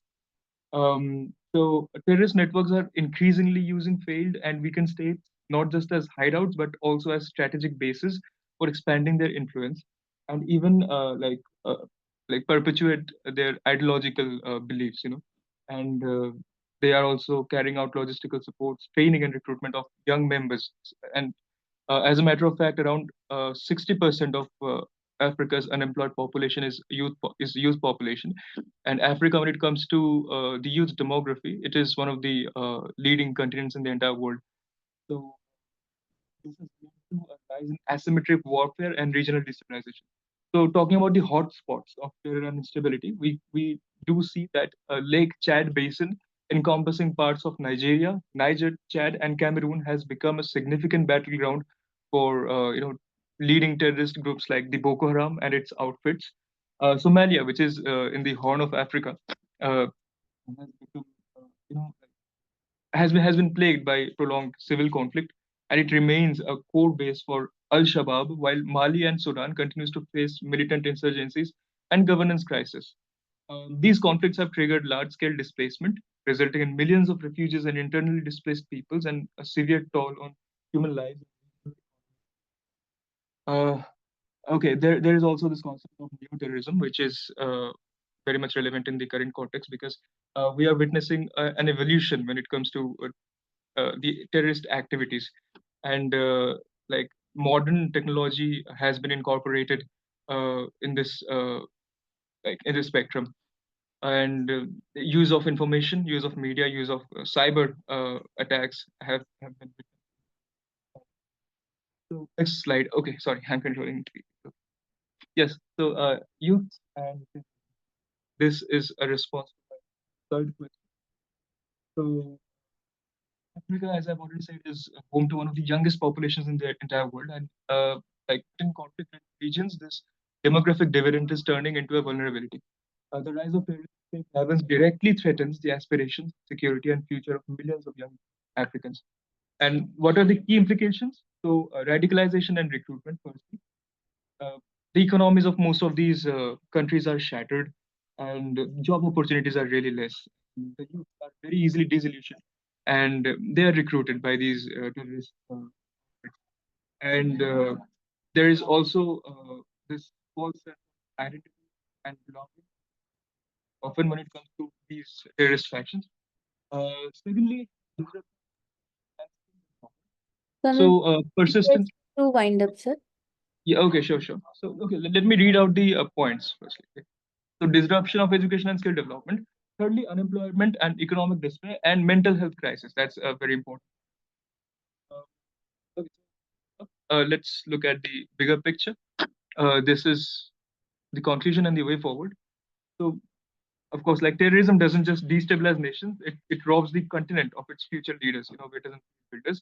And without urgent intervention, an entire generation risks growing up in perpetual conflict, eroding the prospects for peace, prosperity, and regional progress. So, yeah, I have also included a very short paragraph about my journey. So, it has been quite an enthralling journey here, and I got to learn from leading luminaries like Professor Swaran Singh, the Honorable Ambassador, the former Foreign Secretary, Ambassador Shashank, and Sanjukta ma'am. Like, there are many experts in this domain, and I'm so happy to be a part of this initiative. Thank you so much. That's all. That's all from my side. Thank you, Tanuj. It's very interesting, but it's again very, very wide. Now, Africa, as you know, I mean, it has many, many countries. Okay, 54. Well, some say that basically the Sahel, it's 55. Uh, Now, you are dealing with a swath of countries, starting across or right as such right through the middle of Africa that you're talking about. Also, you're talking about the Horn of Africa. Now, well, in the map that you showed, uh, Nigeria, the Congo. Well, first of all, you have to define, okay, what is terrorism, and basically in that context, all right, what is new terrorism? New terrorism, all right. In that context, basically take some groups, okay, as you have already mentioned, Al-Shabaab is there, Boko Haram. Then there was a lot, something or the other army, which is in Uganda and is still there, all right, which is actually a Christian organization. Now, Boko Haram uh, does owe allegiance or did owe allegiance for some time at least to the ISIS. All right. It did have Islamic this thing. So they kind of, learn from each other. They also interact with each other. All right. And then again, they fall apart. Now, you did talk about, of course, why people are drawn to terrorism, and you're talking about youth unemployment and all that. Okay. Uh, I would rather you did not take Africa as a whole. Take some select countries or you take some select organizations. In fact, I would rather you took some select countries. How failed states, all right, how terrorism basically finds a haven in failed states, all right. Uh, and then you have to explain what is a failed state, okay. And then basically explain terrorism and how well it goes on over there. And you can take two or you can take three, okay. uh, there are various forms, I mean, because you see, fighting or war or civil war, this is not terrorism, all right. Children are inducted into terroristic activities, like that Lord's Army in Uganda, for instance. I mean, the very, very small children, also into sexual abuse and things like that, which is also there, which is part of terrorism. In Boko Haram, you find that also in Uganda. You do find that, okay. Now, an uprising or something like that, all right, that cannot be. They can take, they can use, all right, for instance, in Sudan, uh, in Darfur, the measures that were taken over there, I mean, by the government, all right, the government forces, okay, these amounted to terroristic activities, but they're not terrorists, all right, they were state actors, okay, and those who were fighting them, all right, as such, they were not non-state, they're not state actors, but they're defending themselves, all right. So you have to define what is terrorism, what is a failed state, what basically who is branded a terrorist, and ISIS, etc. They're all terrorists, or they're terrorist organizations. Why are they called terrorist organizations? And what is it that attracts or it as such people to them? Okay. Is it because they're unemployed, or is it because of the religious thing that they're talking about, or is it combination of both? All right. Because there has to be a certain distinct attraction for people to join. It cannot be only, you don't want to give up your life in a bomb attack if it's just economic, all right, as such. So basically be careful, and you've taken the whole of Africa. Now, whole of Africa is very large. It's the largest continent. It's really, and it has, Africa, well, has countries, all right, and there's so many countries in that. Some of them are failed, some of them are certainly not failed states, all right. You cannot call South Africa a failed state, okay. uh, so basically, either you take a state or you take a terrorist organization and work Actually, on in that. the article that I had shared, I did like include a table with a like it contained a list of failed states, and the definitions were also given. So in the presentation, it has not been included because I was short on time, so I had to prepare this. Yes, Okay. I'll do the refinement, of course, no issues. Do Thank the you so much. refinement and don't take Africa as a whole. Okay. Sure, sure. Because it's huge and not all states are failed states. Egypt, can you call that a failed state? No, ma'am. Okay.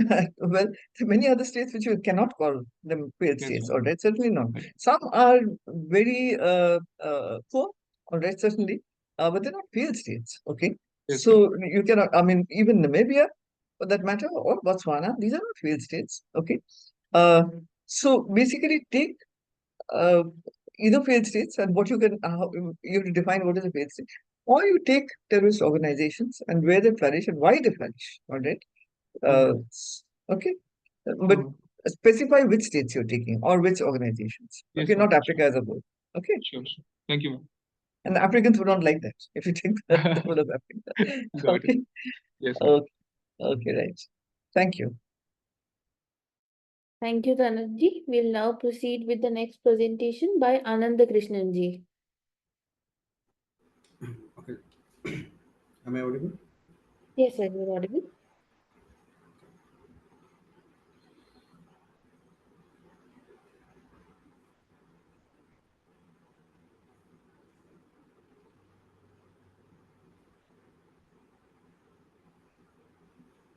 Is my screen visible?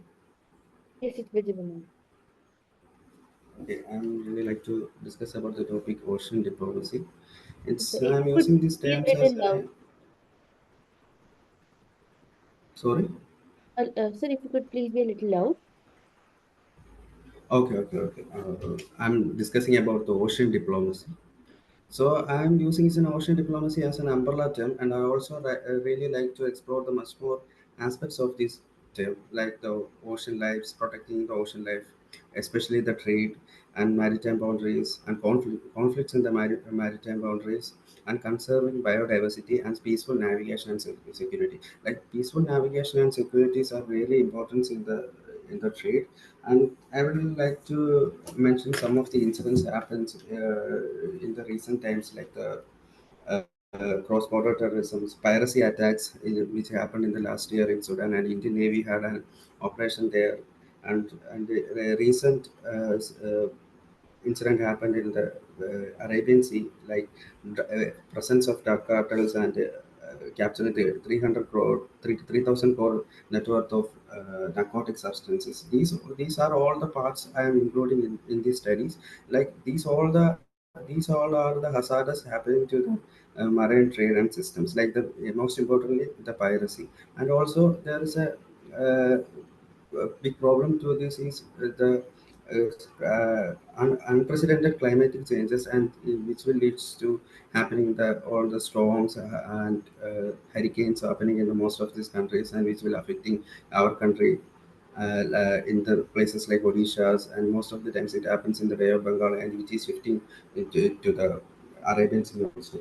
And I would really like to mention about the cross border maritime boundaries. We are having so much issues with the Sri Lanka about the boundary in the Bay of Bengal region. Like our fishermen are mostly crossing the international borders, and the Sri Lankan army is captivating them, and we need to have that.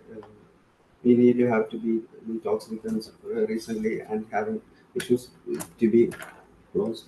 And I'm basically running this, do this research on this to make a resolutions on maritime conflicts, which I mentioned earlier, and also try to mention in these points like conflict over the exclusive economic zones, territorial water, maritime boundaries, and using equitable and responsible exploitations of uh, fishery, seabed minerals, energy sources. It's a vast topic, and I'm also interested in the climatic conditions also and our problems with ocean acidification, sea level rise, loss of marine ecosystems, and also very important due to the recent times is that the unprecedented trade war between the traditional allies like the European and the US and new conglomerates happening between the right already mentioned by some of the person like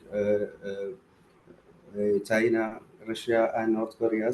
So we need an unimpeded global shipping routes for trade and its transmissions, and also a research and development needed for this ocean because it is the most unexplored areas in the world. We have so many space expeditions and funded and projects regarding the space expeditions, but we have limited the ocean explorations, and we need also collaboration from countries and using artificial intelligence and machine learning. Machine learning should be incorporated in the new studies. And these are some of the institutions and regional partnerships that helps in regulating and controlling these institutions. And I also like to mention some of these institutions and their part in controlling our sea routes and its future endures. And why I'm choosing this ocean diplomacy matters, it's because of geopolitical stability. It's really important to the nowadays because there is a trade war happening, and most of due to the globalization we are much more interconnected with each other. Without our stability in geopolitical situations, there will be no future for, and it will lead to an Armageddon or something like that. And much more economic interests are being putting forward by the rest of the countries. We have to be having open positions to differentiate these problems like that and maintaining regional cooperations with the neighboring countries and having so so that's all. Thank you.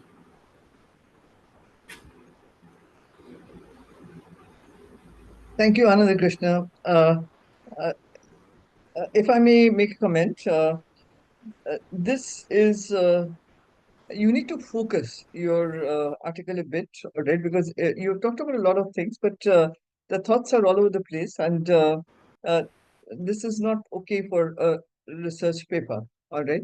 Uh, in fact, why don't because you're talking about all these organizations, etc. At one point of time, why marine diplomacy is important, uh, and you're bringing in uh, the laws of the seas, the United Nations, etc., etc., etc. But that that has to be streamlined. It has to be focused. All right. Why do you not basically reshape your paper to talk about, well, basically ocean diplomacy, uh, an objective study or objective analysis of UN conventions, all right, and basically analyze those uh, conventions, how far they have worked and where they have not worked, all right, leading to, in fact, well, sometimes regional forums like the Indian Ocean Rim organizations, okay. So there are these regional organizations. Why are they needed? Primarily because the United Nations cannot implement, all right, its uh, various conventions. It does not have that implementation authority. Whereas you see, well, India or major, well, larger countries, all right, they can, all right. Uh, and there are countries like China which bring these conventions in any case, all right? So, which is there. Now, the need for ocean diplomacy, that is fine, all right? But you should, I think, focus it down to maybe, and I think this is very important, that you should look at only UN conventions and how far they have worked, if that is okay with you. Okay, okay. Do you agree, Anand Krishna? Yeah, yeah. Okay. Okay, because you have taken on too much on your plate, and it'll be difficult to kind of, you see, digest the entire thing. Okay, so just streamline it a bit. Okay. Okay.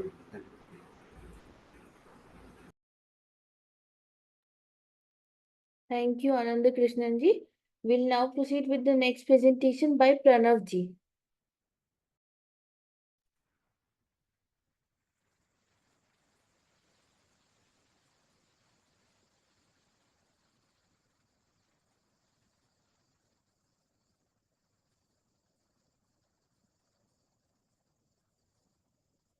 Pranavji, are you there, sir?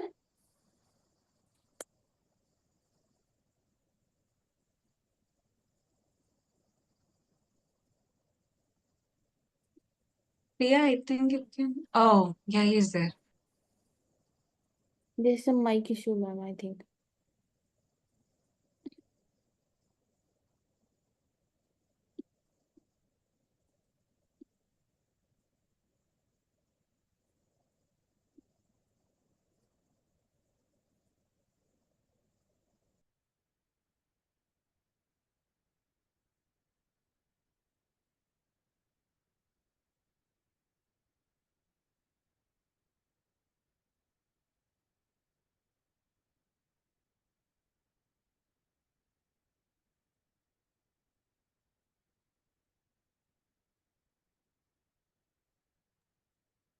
And yeah, meanwhile, may I ask how many are left now?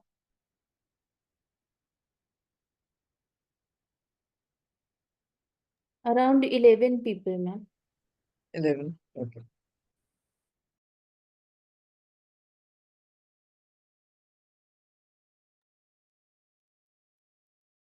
In the meanwhile, should we proceed with the next one? Or Hello. yeah, we can hear you now. I just share my screen.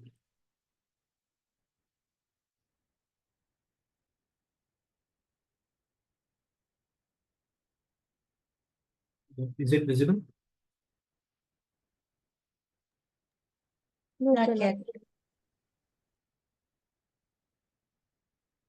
Okay. Is it visible now? Yes, it's visible now, sir. Hi, good evening. My name is Pranav, and I apologize firstly for not switching on my camera because there's a technical issue, and also for my bad voice. So I've been sick for a while now, and and also I would like to apologize for another thing, saying that given my work bandwidth, I've not been able to prepare a proper PPT. This is very amateur, and I'll start with it. So my topic is integrating ancient India's ethical diplomacy and strategic statecraft into the world's foreign. I'll probably make it India's foreign policy framework, not the world, because there's a error over here. So, where does this idea come from? Is the first question. So while I was reading Dr. S. Jaishankar's book, The India Way, certain lines, caught my interest, saying that how India's ancient wisdom, or the Mahabharata or the Ramayana, has been, a contemporary guiding light for the, a guiding light for the contemporary foreign policy for, contemporary foreign policies for India. And on that light, I started digging more into it, and through my initial findings, or initial readings, I just found out that how advanced, or how uh, diplomatically our ancient text was way ahead of its time. I just like to want to quote here a line from the Arthashastra, where Chanakya says that hetuta shatru mitrasya bhavishyati.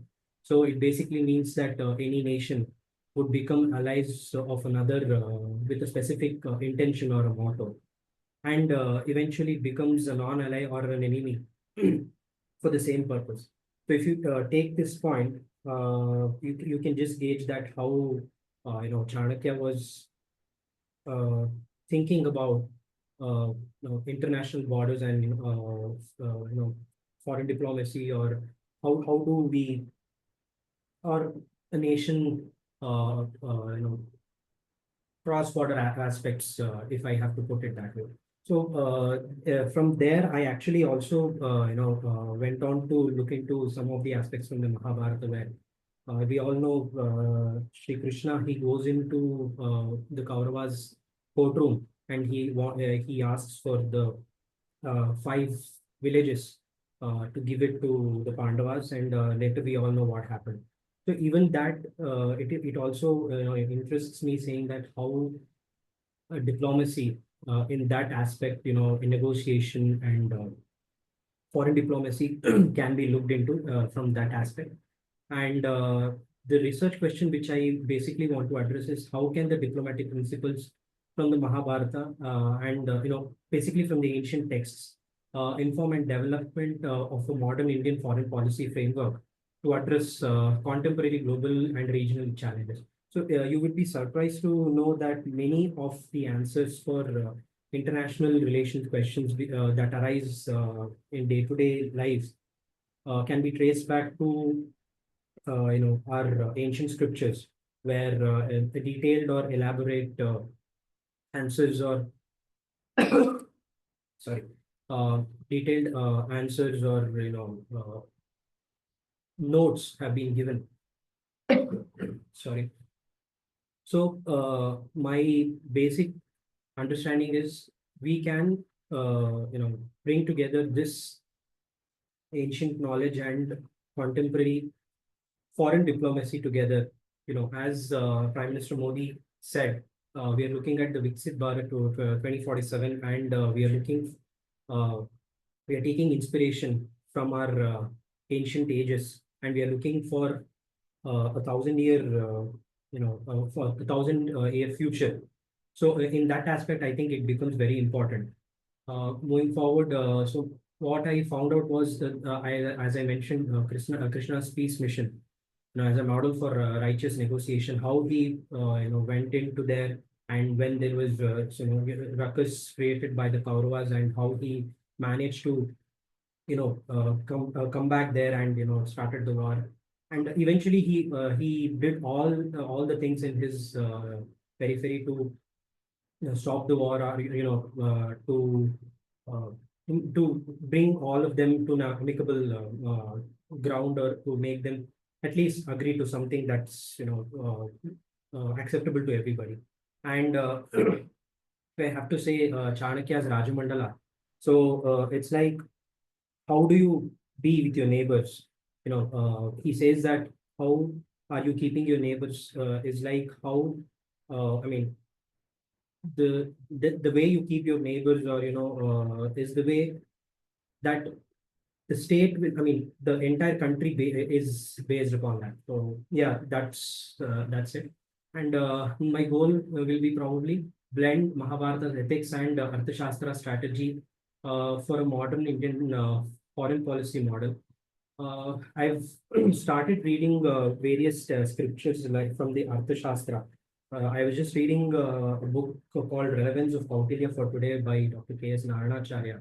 So I got a lot of references from that, and how and case studies as well, mapping ancient ideas to modern events like G20 or SARC, or etc. And I would also thinking of having conversations like scholars, for example, like Dr. Shatavdani, Dr. R. Ganesh. So he extensively speaks about Chanakya, Mahabharata, and the Arthashastra as well. So I aim to do that. So the basic focus is to bridge ancient wisdom with modern needs. So what I plan to do is, I take it in about 2 to 3 aspects. That is, one is in foreign diplomacy, how our ancient texts define foreign policy, or how is it mentioned there. Second one is espionage and spy work, or the military activities. What does it say about that, and how is it really relevant, or what can be done to that? And The last part is soft power. How can India be, as an emerging soft power, tell the world that we had all of this, all of these ancient, knowledge treasures in ourselves, and how can we push it to a global order is what I'm trying to establish here. Thank you so much.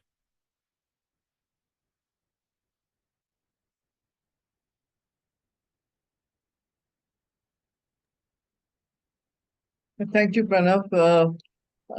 Interesting work, but a lot of work has already been done on this kind of thing, as you can see in newspapers and all that, even books which are coming out. Okay.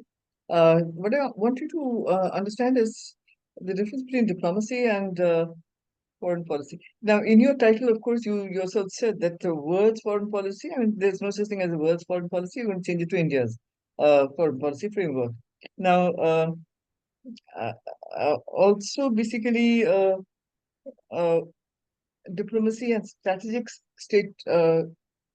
statecraft. Is that what you said? Yes, yes. Yeah, diplomacy and then you talk about foreign policy. Now, diplomacy is the way you carry out your foreign policy. Foreign policy is a policy, all right? Uh, you know the difference between diplomacy and foreign policy, right? I mean, all these classes that you've been attending. Yes, yes. Diplomacy is not the same as foreign policy. Yes, yes. Foreign policy, a country has a foreign policy, and diplomacy is the way you carry it forward, all right? I understand, So yes. you are using diplomacy and strategic statecraft into India's foreign policy, or that whether it can be brought in at all. Strategic statecraft, yes, I can understand. Diplomacy, if you're thinking of the Mandala theory, is that what you're talking about? I mean, the Mandala theory as a statecraft, strategic Yes, statecraft? yes, yes. Okay. Along with that, some things about the espionage and, Our espionage into, yeah. Yeah. And that has always been there. Now, so far as India's foreign policy, I mean, okay, uh, uh, maybe it'd be even more interesting if you can bring out how much it fits and how much it does not fit. All right. The other part of it also. Okay. Because first of all, Mandala theory is all about alliances. Okay. Also, if you look at the Mahabharata, I mean, it was also about alliances. All right. Forming alliances. Now, India has been non-aligned, and today also, well, sometimes we call it multi-alignment, but are we aligned to anybody? Do we have any allies? Because allies means a certain thing, I mean, when you do international relations, all right, as such, language matters a lot, all right. Nobody is our ally. We have partners, all right. Economic partners. We have, well, like the Quad, all right. It's a partnership, all right, between nations, but we don't really have allies. So we're not multi-aligned or anything like that because we are not aligned. All right. So can we call ourselves non-aligned? Non-aligned means with alliance with none. All right. So if you take it as a very broad this thing, yes, we are still, following that kind of same non-alignment, but we basically seek friendship, which also earlier we did. We seek partnerships where we need to. All right. And of course, this changes. All right. So when you are discussing, because this business of how far there is the similarity where ethics has continued, where ethics has not continued, even Mahabharata is criticized for, well, because the Gita is all about ethics and all that, but when it comes to the war itself, where was ethics? All right. The ethics of war was not followed in many circumstances. Okay. So, what would be more interesting, since there has been so much work being done about, I mean, how the ancient, and that happens everywhere. I mean, you have these, medieval and ancient philosophers in Western political thought, in Chinese political thought. I mean, they also, of course, influence modern, all right, diplomacy and thinking in diplomacy. Sun Tzu, etc., are also brought in. When it comes to Chanakya, we also think of Machiavelli, all right, and there are others, all right. We talk about war and the theories of war, all right. So this is not really all that new, all right. What you can bring in is how much it does influence, how much it can basically be there, all right, and how much basically is not there, all right. because ultimately foreign policy and diplomacy particularly is in the national interest. Now, what is in today's national interest? And national interest, of course, has been was there right through, whether it was during the Maurya times or whether it is now. All right, what is in the nation's interest? Okay, but in today's world, where in fact it's a much, what should I say, much more interconnected world, and where also it's a more violent world, where in fact there are nuclear weapons, etc. We have to step carefully. So when you think in terms of dharma, and we think in terms of ethics, all right, as such. Uh, we think in terms of Raj Dharma, all right, also. But how much does that fit in? Because ultimately, as they say that, Chanakyan philosophy and Machiavellian this thing, we have to calculate in terms of what is in the nation's interest, all right? What is the nation's interest? And what is the nation's interest is primarily safeguarding its territories, its economic well-being, all right? Its rise, economic rise, all right, and basically its population, all right, safeguarding. So where does that fit in? Maybe you can bring in the other side also, all right, uh, because so much has been written about, that everything is kind of connected, everything is from Mahabharata and everything is from the Ramayana. It was all there, all right. Why don't you also discuss where we deviate? Maybe that will make it more interesting. All right, in the contemporary world, can it be adapted in toto? You get my point? Yeah, sure. I get it. Okay, maybe a little bit of that should make it more interesting, because, as I said, a lot has been written about, how we had rockets and we had everything, you see, from the earliest times. Okay, so basically, even nuclear warfare, if it comes to that, from earlier times, the Brahmastra and stuff like that. But all that is there. We do not know exactly what was there. So examine basically these Chanakya and, as you said, the Mahabharata in the modern context, and how far it does basically apply and how far it does not apply. Okay? Yeah, thank you so much, Professor. Okay, okay. Thank you very much. Thank you. Thank you, Pranavji. We'll now proceed with the next presentation by Siddhartha ji.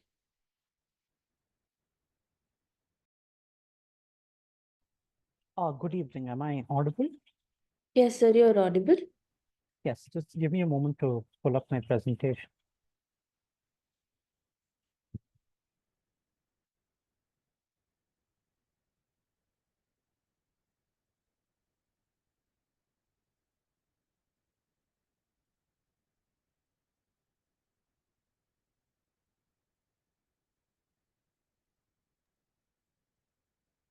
Where is your topic? Just give me a minute. Sorry.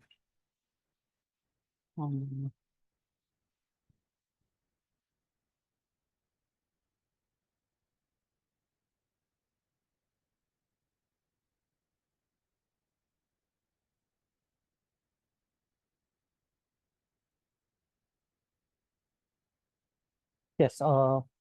Is it visible now? Yes, sir, it's visible. Thank you. Good evening. I'm Siddharth, and I will be discussing the topic for my paper, Situating the Middle Power in the Buffer State, conceptual discussion.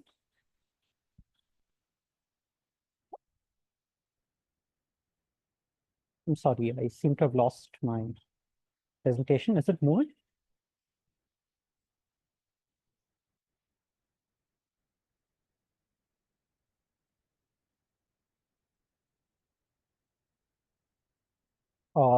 Sorry, is my slideshow moving? Yes, it's moving. It's on motivation page, sir. Right. So as a student of history, I've always been interested in the dynamics of power as exercised by the great power. And this, doing a study of various great powers across history, again, led me to question how the buffer state or the less powerful or middle powers featured in this dynamic as both influencing and participatory entities. And in this regard, I go to my paper, which is the New Great Games. I approach this paper with three main agendas. The first is to understand how the middle power as a geopolitical institution and a buffer features in the power contestants between great powers. I attempt to understand how the correlation of theoretical and historical information can be used to build our idea of the middle power, since this is a very broad term. And finally, as my title suggests, I will be looking at the term great game in the context of the middle power. Now, methodology will be mainly based on a theoretical discussion with correlations to historical data. I will be attempting to build a theoretical base based on various studies from both IR and history, and then I'll be correlating it with contemporary geopolitics in order to understand how the new great game term comes about.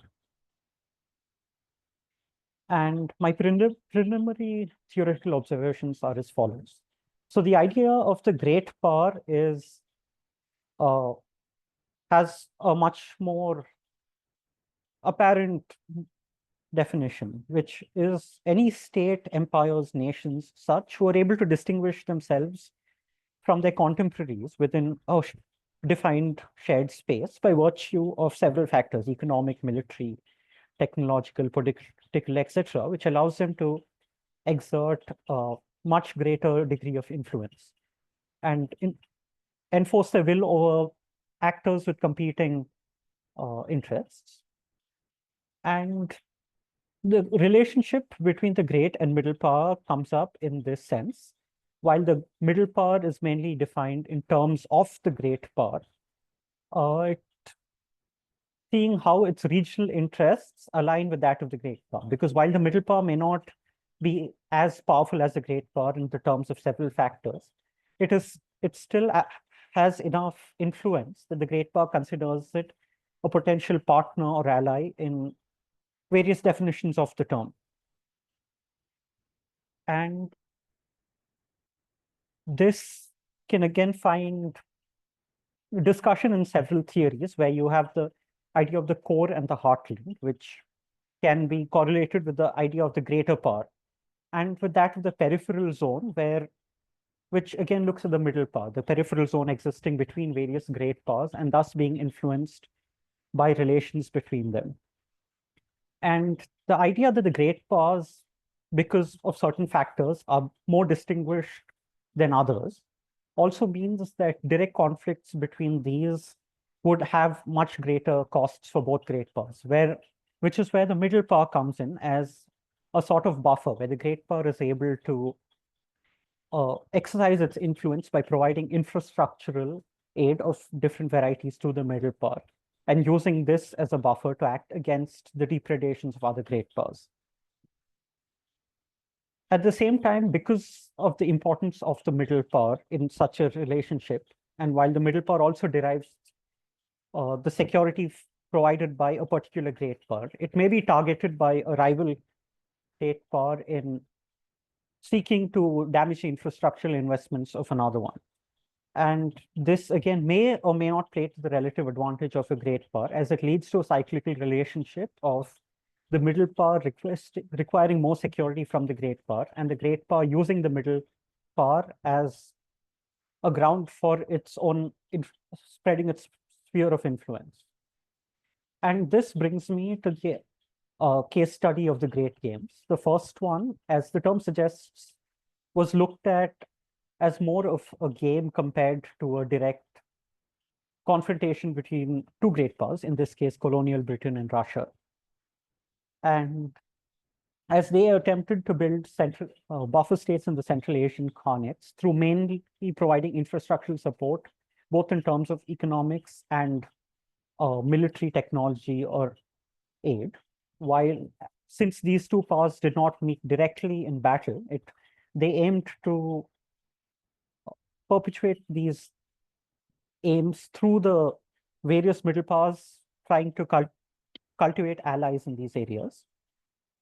And again, the concept of the middle power as an ally of the great power, as seen through the great game, also allows the great power to claim the middle power as a sort of ally on whose behalf it can mediate against another great power, and in doing so, expand its own sphere of influence. Now, this term new great game has again come up with regard to the dynamic between the People's Republic of China and the United States of America, where especially the Belt I would like to request you to please wind up. Yes, I will come to it. And with the implications of the BRI in both building economic dependence on the People's Republic of China, as well as its implications for building the string of pearls as military bases.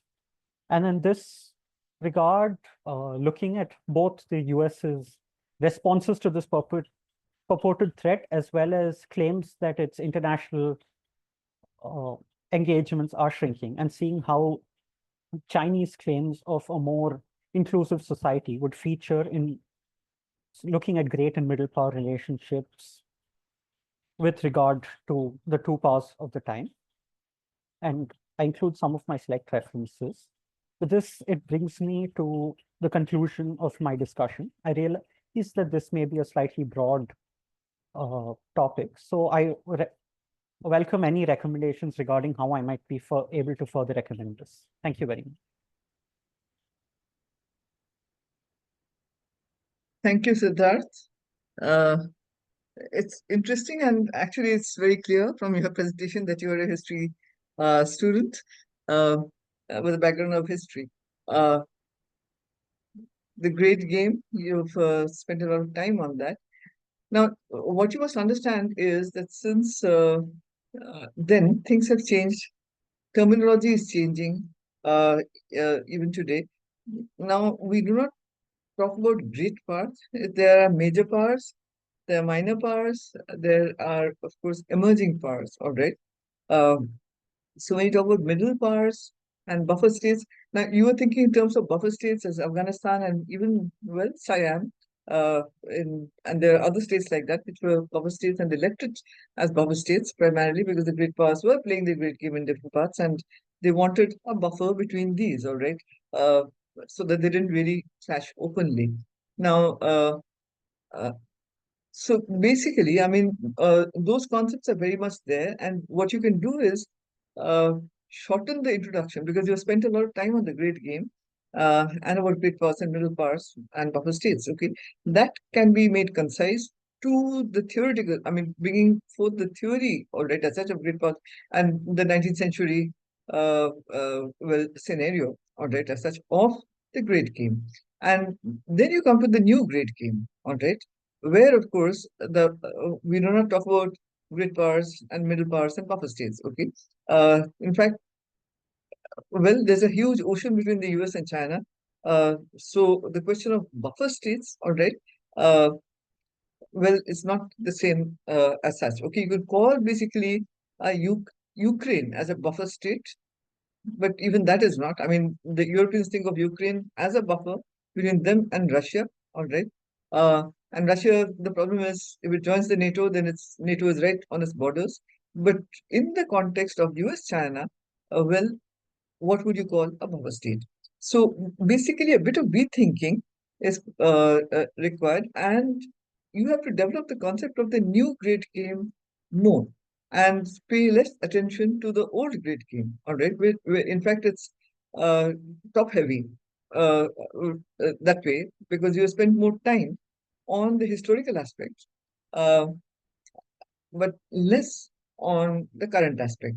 Whereas it should be the other way around, whether the great game theory applies to the present scenario of US China. And as I told you, basically this idea of the buffer state, all right, is not there in the US China context, all right.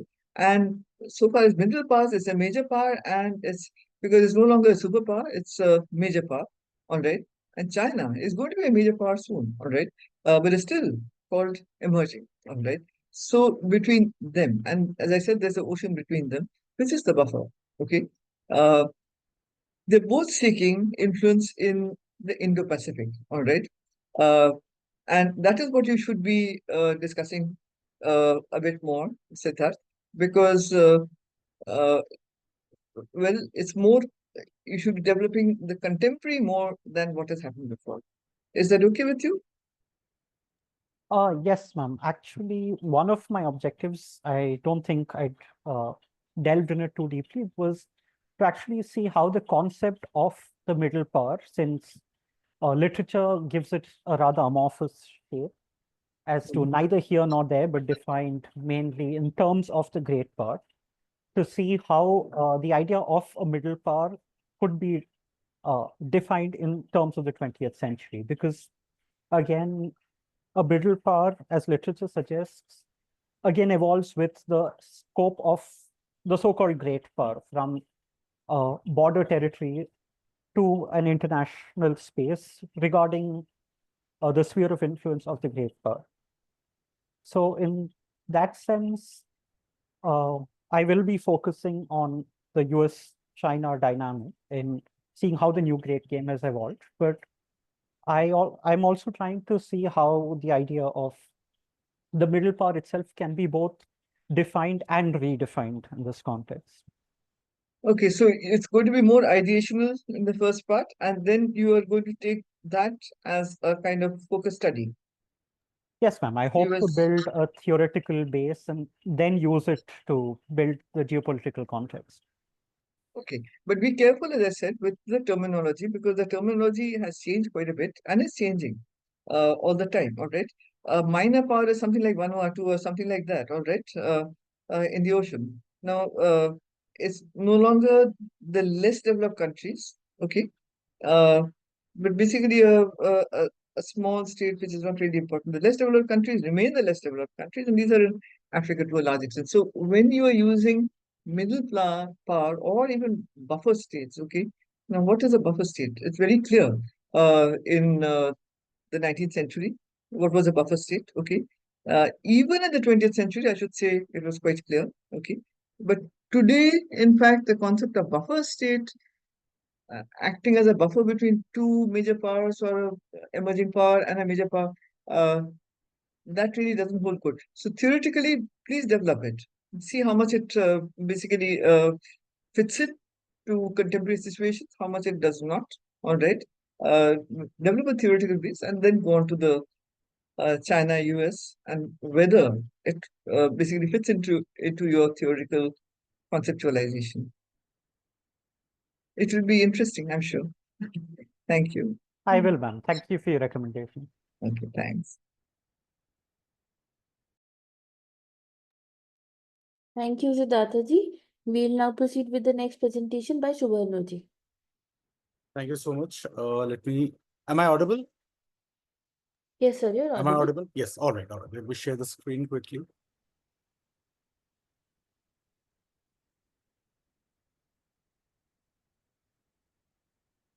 Okay, I have shared my screen. Is it fine? Can you see the presentation?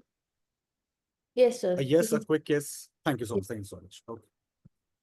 All right. So, yeah. So I'm going to present, I'm Subharno Chakraborty, and I'm going to present a performance poetry with some visuals. I won't be taking more than 5 minutes. But before I go on with the poetry, I think it's important to set the context first, because it will help in understanding the basic undertones of the poetry. Right. First, let me talk about the motivation. Right. Obviously, there is no slide for that. I will be verbally saying that.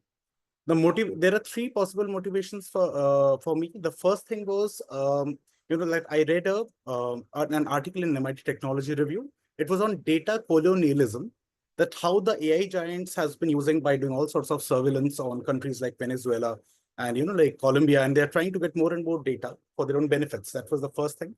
Second thing was, I would say the AI race between US and China, the ChatGPT versus DeepSeek thing, which we saw a few months back. And the third one was India-France AI Summit, where they started to work towards, like promoting safe, secure, and trustworthy AI systems. Now, the second thing which I will talk about is the question which I'm looking forward towards, that how does India's AI policy compare with that of US and China in terms of governance, ethics, and digital sovereignty? Now, the methodology which I'll be using, that will be thematic document analysis and comparative policy analysis.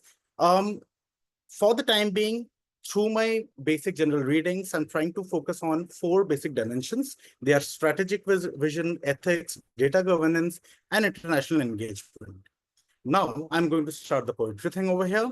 For the poetry, let me tell you, it's not based on the policy analysis, but the literature and the readings, which I'll be using later for the triangulation. It's based on that. Let me begin. All right, so it's visual too. They say the world is wired now. Data flows like rivers. Machines whisper in code and empires rise, not on land, but on algorithms. 2 giants, the US, the innovator, moves fast. Just a second, let me, moves fast, breaks things, lets the market write the rule books, AI for power, AI for profit. Here I'm talking about the US.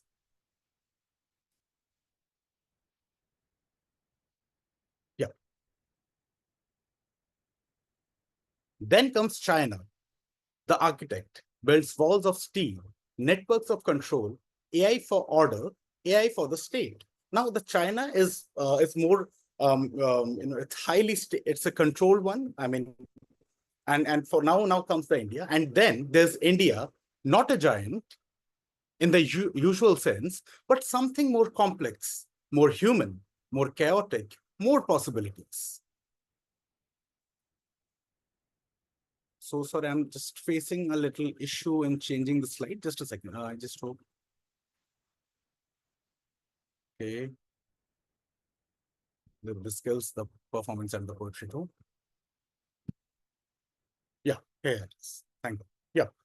India doesn't shout, it listens, it learns, it builds, not just for today, but for everyone. Bhashini, Aadhaar, and DPDP Act. These aren't just simple terms, they are philosophies in code. Digital infrastructure rooted in public good. Not power, not paranoia, only purpose. See, India isn't choosing sides. It's drawing circles, bringing in the margins, voicing the voiceless, coding with compassion. Ethics, yes. Access, yes. Sovereignty, always. It's messy, it's fragmented, it's still finding its shape, but damn, it's real. Now the last one, yeah. This isn't the East, this isn't the West, this is the rest of the world, and India is showing us what AI could be when it doesn't serve the few, but uplifts the many. It's not imitation, it's not isolation, it's innovation with soul. This is the third wave, and it's just getting started towards the ultimate goal. And along with this, I thank you so much. I'm done with the presentation.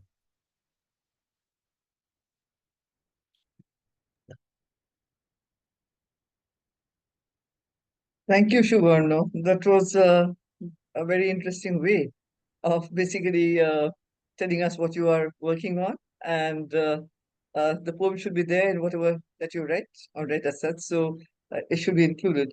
So obviously you're working on India's AI, digital sovereignty, etc., and geopolitics, okay, and how it is not, it's following its own path, all right. It has its own sovereignty and it's doing it, and I think you're doing a great job. Good luck.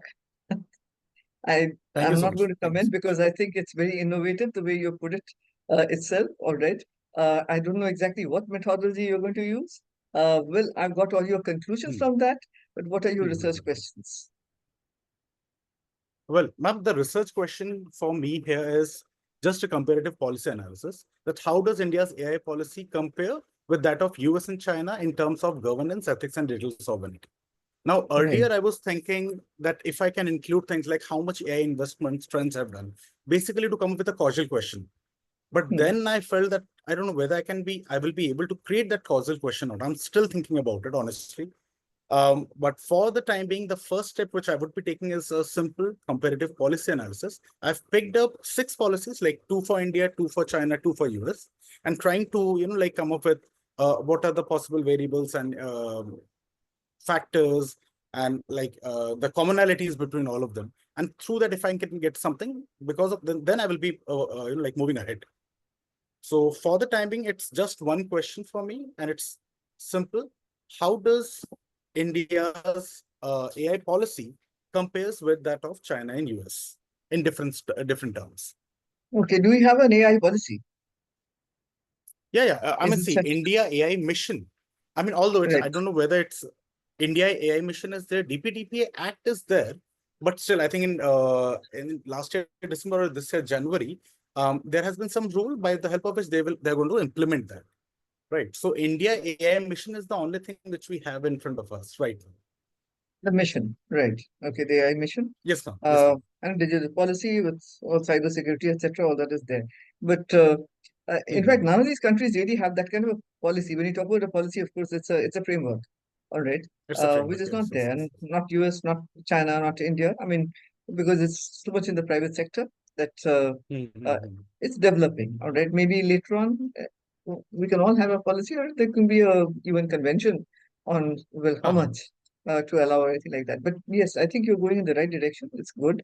The question that you are saying is good, and I think, I mean, when you're doing a comparative policy analysis, it's just perfect. So I really don't have it. I look forward to seeing paper when it comes out, because your poem brings out your conclusions, which are well, I thought is a very interesting way of putting it. Thank you. Thank you so much. Ma'am, I had just had one question. I won't take much time. Like, Yeah. when we are doing any kind of comparative policy analysis, do we need to have a proper theoretical framework? Based on it, I will be doing all sorts of document analysis. Like, there has to be a structure, isn't Right. it? You know, Like some for theoretical a framework. thesis, yeah, definitely. I mean, when you do your thesis, all right, when you do a thesis or something like that, you certainly need a theoretical framework. But Right, when you're right. doing a research paper, all right, comparative analysis may not be based on a theoretical base, all right, as Right. such. You can just do a theory. I mean, just do a comparative analysis, okay, Right, right. Done, based done. on this. Right? Okay. Okay. Thank you so much.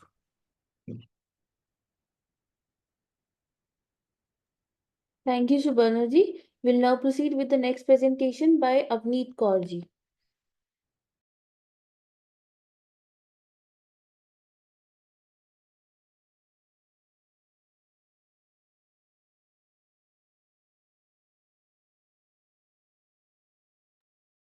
Am I audible to you all? Hello? You're audible. Okay. My title is Review on Environment and Climate Change Impact on Geopolitics and Diplomacy Around the World in Recent Years. In recent years, climate change has emerged as a pivotal factor in reshaping geopolitics and diplomacy. We are witnessing extreme climatic events such as flash floods, tsunamis, earthquakes, cyclones, wildfires, etc. In this year itself, we have seen California wildfires that has been spread from forest to residential area, and we have seen loss of millions of dollars property. Even last month in Myanmar, we have witnessed earthquake of 7 Richter scale, and that has spread till Thailand. So nations are increasingly aligning their foreign policies with environment objectives, leading to new alliances. Objective of my paper is to examine environment challenges in state interest and develop diplomatic strategies employed to address these. Uh, in this paper, I will be taking two complementary approaches as well by positioning states and interest groups which develop strategies on coping with climate change and understand their problem areas such as physical, economic, demographic, emerging in geographic space as a consequence or linked to climate change. My motivation to work on the topic is come from everyday news related to environment and how climate change is impacted our world order in the form of natural disasters and increase in global temperature. Here, geopolitics and diplomacies play a vital role in voice their leaders' voices in pen and paper. They work with their peers to reach all possible solution available at the moment. Whether these opinions and matters, wins and loses is a different matter. Methodology I will be using in by reading secondary literature such as case studies, papers available, journals, books, review international treaties, conferences, and other such materials. my expected outcome might be uh, that how diplomats in developing country like ours and world are complementing their approaches, such as their positioning in interest groups and develops strategies coping with climate change. And second one is, as I talked about earlier, problem areas such as economic, demographic, and physical emerging in the geographic space as a consequence or linked to climate change, and how they have tackled in the past and whether that can be used in the future. Thank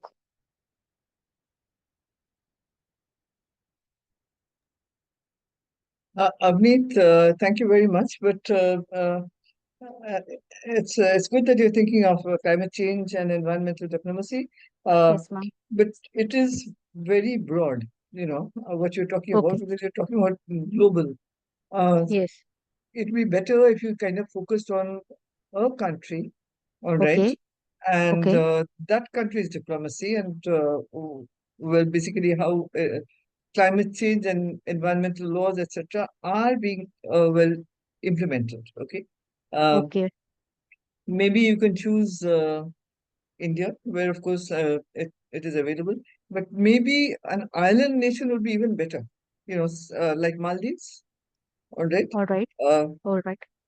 or Maldives is good because they do have a lot of things. Even climate financing, etc. All that is there.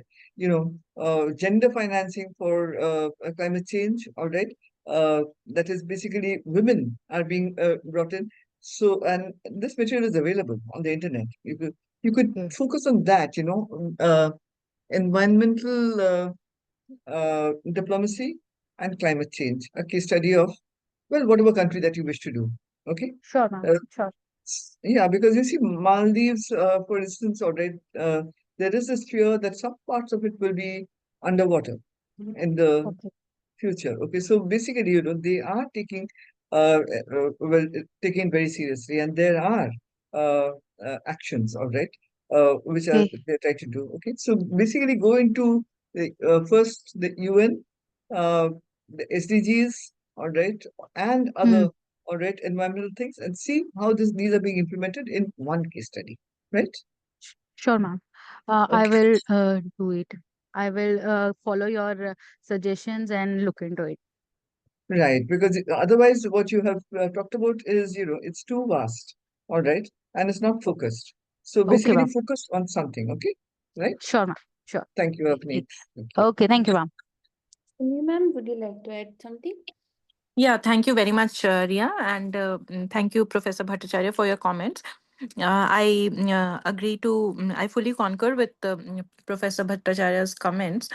And while ma'am has just mentioned that, the developing countries, if you identify one of the countries and take that as a case study, when we are talking about diplomacy, climate diplomacy, if we can also incorporate the conundrum that is, the developing conundrum, where the whole Okay. idea of common but differentiated responsibilities, the CBDR, figures in very, very prominently, and where the developed nations take a back foot. Otherwise, in all the negotiations and everything, they are all there at the forefront. But when the time for real work comes, there is always some obstacle or the other that they present. So or maybe you could just look at the challenges posed by the US. For example, with Biden administration coming in, he rejoined the Paris Agreement after Trump's moving out. And when he has left office again, the US has left the Paris Agreement. So, what kind of differences, or the overall challenges that such kind of steps brings in, because of one, they have had the historical responsibilities towards climate change through their 200 years of industrialization, and vis-a-vis the very recent and nascent developmental efforts, incremental rather, for smaller countries, especially for the SIDS, the small island developing states, or even countries like India, who are trying to industrialize and also take care of their emissions and carbon footprints, etc., in the most responsible manner. And how are they actually negotiating at the negotiating table?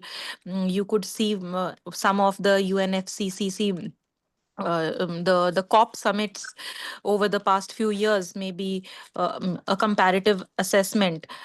Um, so maybe that will also bring to light the whole diplomacy angle and all the geopolitical angle that you are trying to bring into your learning outcomes. That would be very, very comprehensive, including which what Professor Bhattacharya has just spoken about. She has suggested. So if these can be accommodated, it would be great.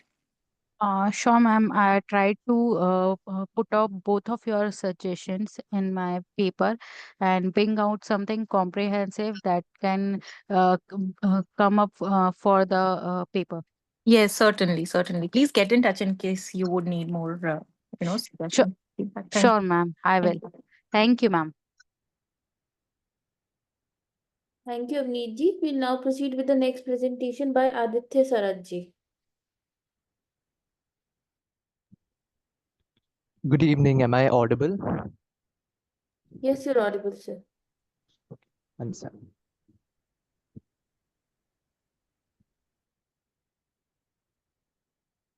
Is my screen visible? Yes, it's visible.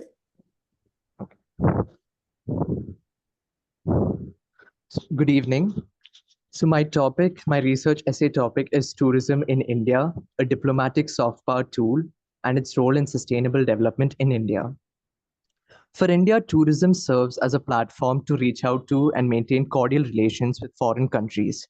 So promotion of tourism would open up opportunities for India to display its rich and diverse culture, promote cultural exchanges, generate foreign exchange, and promote local economies, to name a few.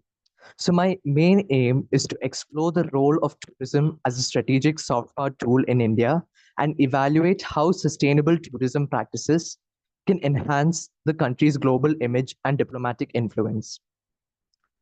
So firstly, I would like to explain what soft power is. So soft power is the ability to influence others through attraction rather than coercion, through culture, values, and ideas. While it's often associated with Western media and popular culture, India holds immense potential in this space, especially through its rich cultural heritage, traditions, and spiritual depth. From ancient practices like Ayurveda to major religious gatherings like the Kumbh Mela, India offers unique experiences that deeply resonate with international visitors. These experiences create lasting impressions and connections, making tourists informal ambassadors of Indian culture. So, keeping this in mind, I would like to explore in what ways has India used tourism to project its cultural, spiritual, and wellness-based heritage globally. So the Ministry of Tourism has outlined a national strategy for sustainable tourism that focuses on three pillars: environmental, socio-cultural, and economic sustainability. So I'll be looking into what are the key components of India's national strategy for sustainable tourism and how do they support the goals of soft power diplomacy. So tourism aligns with several United Nations Sustainable Development Goals, particularly those related to economic growth, responsible consumption, and life below water. So keeping this in mind, I would like to look into how effectively does India's tourism policy align with the United Nations SDG goals, particularly Sustainable Development Goal number 8, 12, and 14. So by investing in infrastructure, ensuring tourist safety, and promoting lesser known destinations, India can further enhance its global image.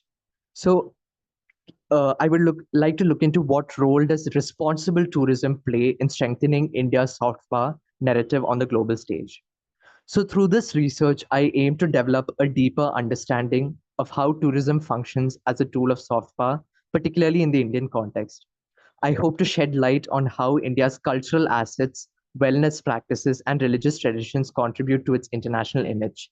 So, by analyzing existing tourism policies and their alignment with sustainable development goals, I hope to identify both the strengths and the gaps in India's approach.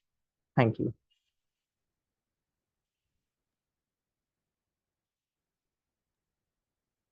Thank you, Aditya. That was an interesting topic. Uh, uh, and basically, I just have a couple of suggestions regarding this. Number one is, uh, why not have a time frame? Because you, apart from talking the narrative, basically narrating things, these are there, and what is there, what is sustainable, responsible tourism. We also need to look at figures, how far it has worked out. All right, whether the number of tourists, different types of tourists, medical tourism, there's religious tourism, there's yoga, all that, what is rising, what is falling, whether the entire this thing is rising, or whether there is a fall, and when there was a fall. Of course, COVID years, there was hardly any tourism. Also about the problems and what are we doing about it, like when there's also a question of, there have been complaints by foreigners, all right, regarding sexual violence, also racist violence, all right, depending on which country you're from, all right. So, uh, you know, uh, when you write a paper, there should be the positive as well as the con side, all right, the negative side, all right, so that you can suggest solutions, okay? Uh, so this is a very good concept, definitely a good concept. But my first suggestion is that maybe you work in the on the time frame of the 21st century, or like 25 years or something like that. Whether there's been an up and down, you can have a graphic thing also, or right, different types of tourism. And secondly, the second point is, there are problems, all right, regarding tourism. There have been sexual violence, and there is a fear, all right, sometimes basically uh, among women, even in Goa or someplace like that, in the beach, if a tourist is assaulted, that becomes a big this thing. African, all right, tourists who come here to study, or in fact, for medical tourism, they do face racist, all right, issues, all right. How can we overcome that, all right? So, maybe that will make it a more comprehensive paper. Aditya, are you okay with that? Yes, ma'am, definitely. Thank you so much. I will take this into account. Thank you. Okay.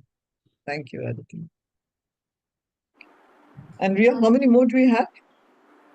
Ma'am, we only have few presentations left. I guess 5 to 6 presentations are left. And next we have Shambhavi Sharma. Shambhavi ji, are you here with us? You can go ahead and present your presentation now. Yes, good evening, everyone. Am I audible? Yes, you're perfectly audible, Shambhavi ji. Okay, thank you, Ria. So I will be keeping it very short and concise because we're already short on time. My topic for this research essay is geopolitics and trade. And I have chosen India and China as my main focus because as an Indian national, China happens to be our largest goods trading partner and also the manufacturing super hub of the world. And I will be using empirical data here. Just a second. Empirical data from the Ministry of Commerce and Industries website. And I have chosen to create interlinkages between certain border conflicts and their effect on imports from China, as well as certain public policy measures by the Indian government and the Chinese government.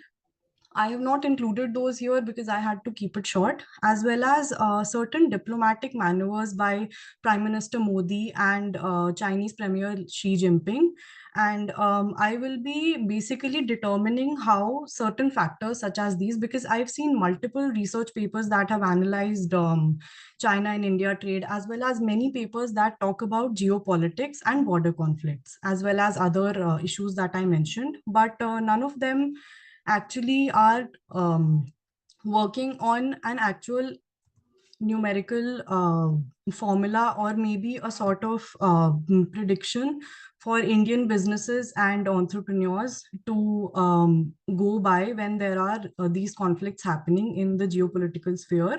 So this would be my focus for this paper. Here I have started with the Depsang Valley. I am not choosing conflicts of the 20th century because India only opened its borders in 1991, and India became a competitive market on a global scale in 1991. So these are some very recent conflicts that I know for a fact that my peers and people studying IR and geopolitics today would be aware of. I have added a map here to understand the situation better. Here, I'm not going to go into a lot of detail, but I have compared the two time periods from when the conflict began. This was an April conflict. So we can clearly see here that January to April, India's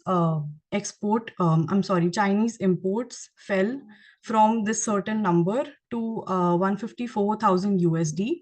And while this may not be a drop that is very significant for China, but to me, it helps me understand the Indian consumer's behavior and how volatile public opinion is in case of geopolitical conflicts and how it affects consumer behavior in this particular instance.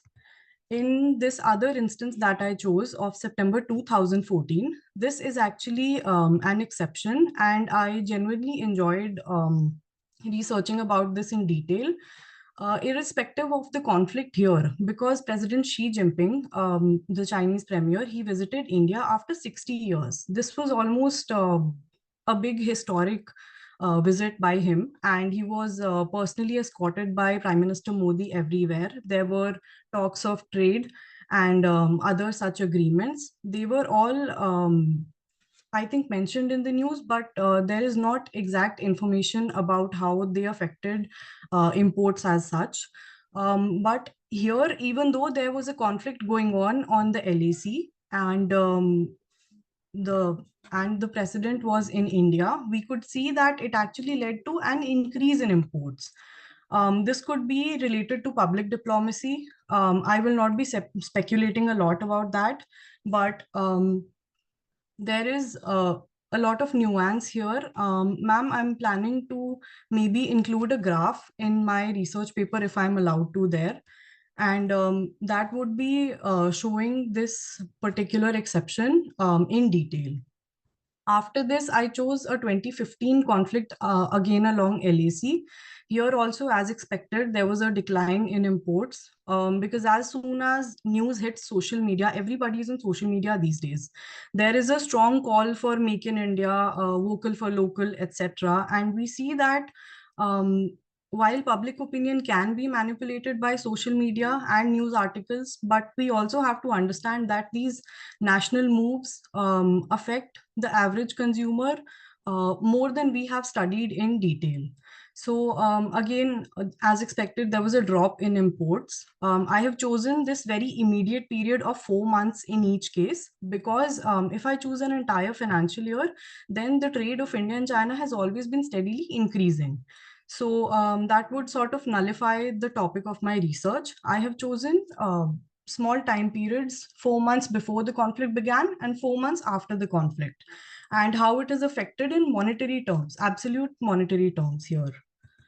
The next conflict is of Doklam. This was covered by almost all news channels worldwide. US tried to intervene in this context. And here also, as expected, there was again a fall in Chinese imports. Indian consumers preferred brands that were from India, and Indian businesses marketed themselves as pro-India and Make in India businesses. So I have included a map here again, so as to understand the significance of this particular region and why it became such a big issue. And even today, the chicken's neck is a conflicted region. Bhutan, that has absolute sovereignty over this place, needs India's help to sort of keep China away from this region, even till date. Then lastly, I have chosen Galwan Valley in May 2020. In this case, as the pandemic was already going on and Indian businesses were struggling, there was a preference, strong preference actually, for Indian goods. And as always, every time when there's a conflict, Please, and it, okay, sure. Yeah, this is the last slide. Yes, again, as expected, there is a decline of 23,000 USD here. I'm not going to read the text because it's a lot. And so to wind it up, I would basically say that the reason for my research paper is that as I've completed my master's in development studies, I've realized that most development revolves around money.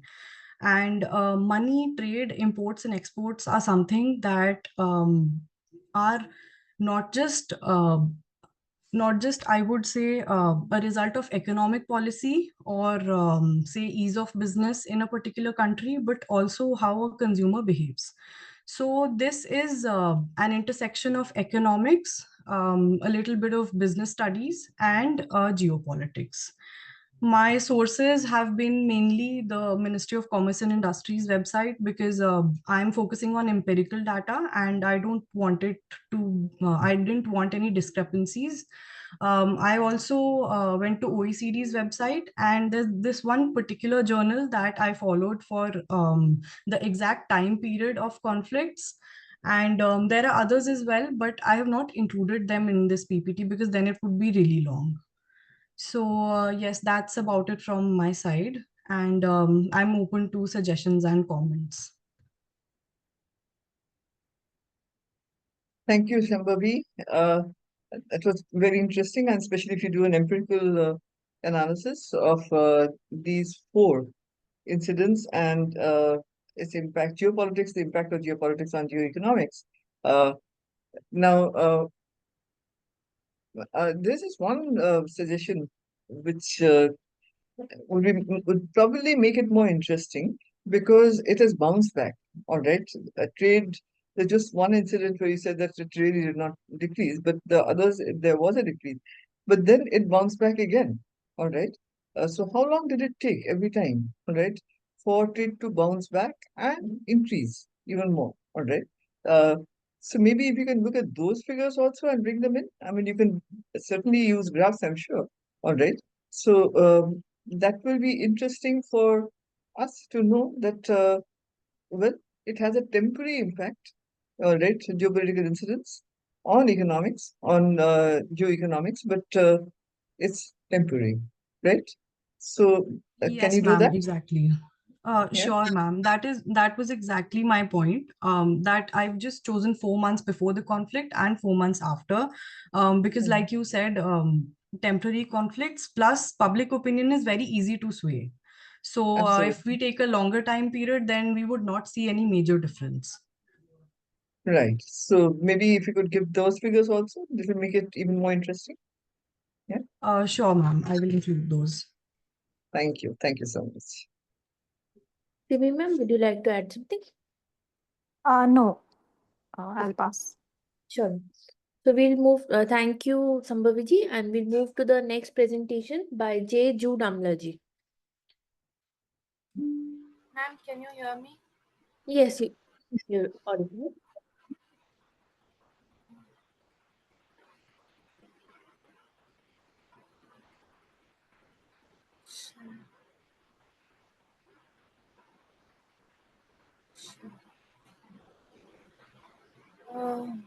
Can you see my screen?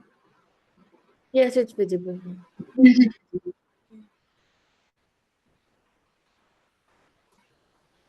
Good evening. Your voice is breaking. I would like to start my presentation by stating a code. It is the application. Your voice is breaking. Can you hear me? Yes, yes. It's better now. So I would like to start my presentation by stating a quote. That is, it is the obligation of every person born in a safer room to open the door when someone in danger knocks. So my research topic is: does India have a refugee policy?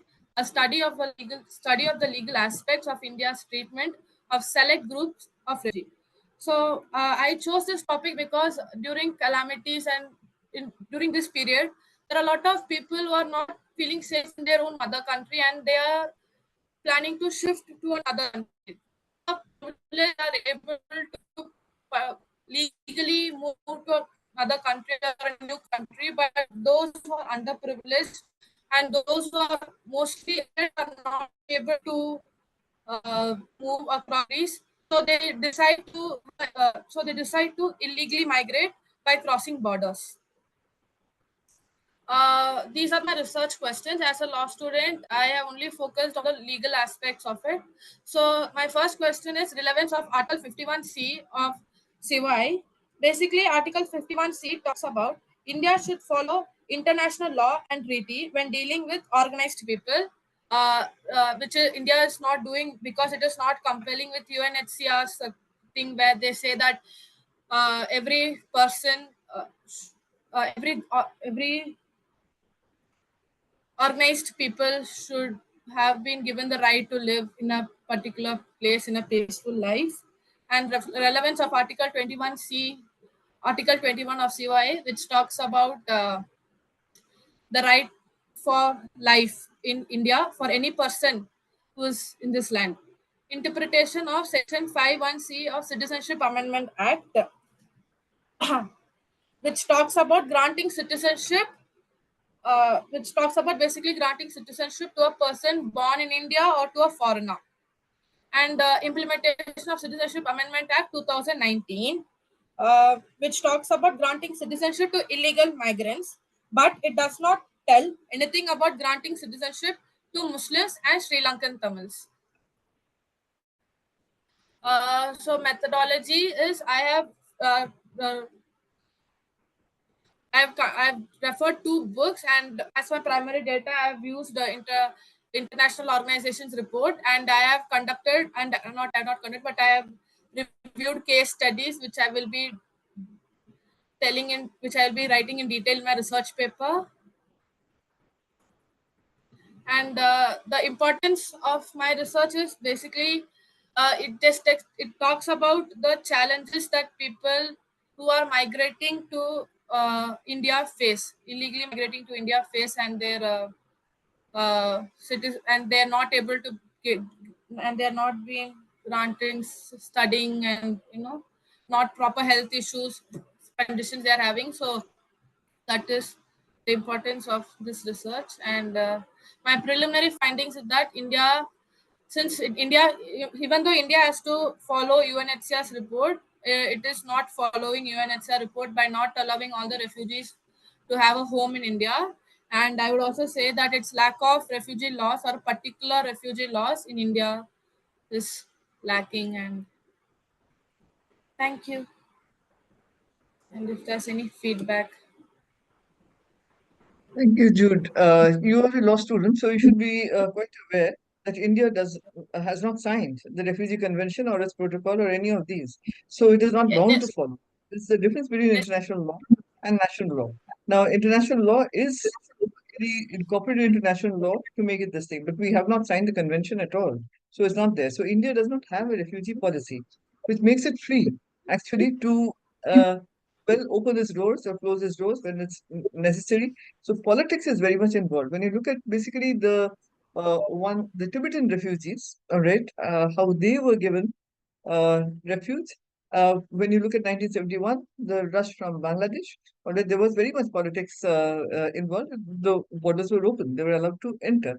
But when it comes to basically Rohingyas, all right, we have an issue with the Rohingyas, all right, and they come in as illegal migrants. They are also, I mean, uh, from Bangladesh, they're trickling in illegal migrants and all that, and they're treated under the Foreigners Act, all right, which is uh, well, basically a Methuselah act, one can say. I mean, it goes way, way back, all right.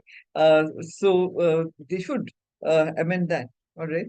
Now, the reason you're saying that one should, yes, one should. India has been very, very, it did not take the help of UNHCR primarily because it has not signed the convention. So it does allow the UNHCR, there is a UNHCR office, all right, very much in Delhi, and they are allowed to look after certain international, like the Somalis. When they came in, Afghan refugees were under the UNHCR. They were given money, they were given, some Burmese refugees, all right, when they tried to, but the UNHCR was not really helping them as much as they were helping the Somali refugees and basically those from Afghanistan. So basically, it's a very complicated situation.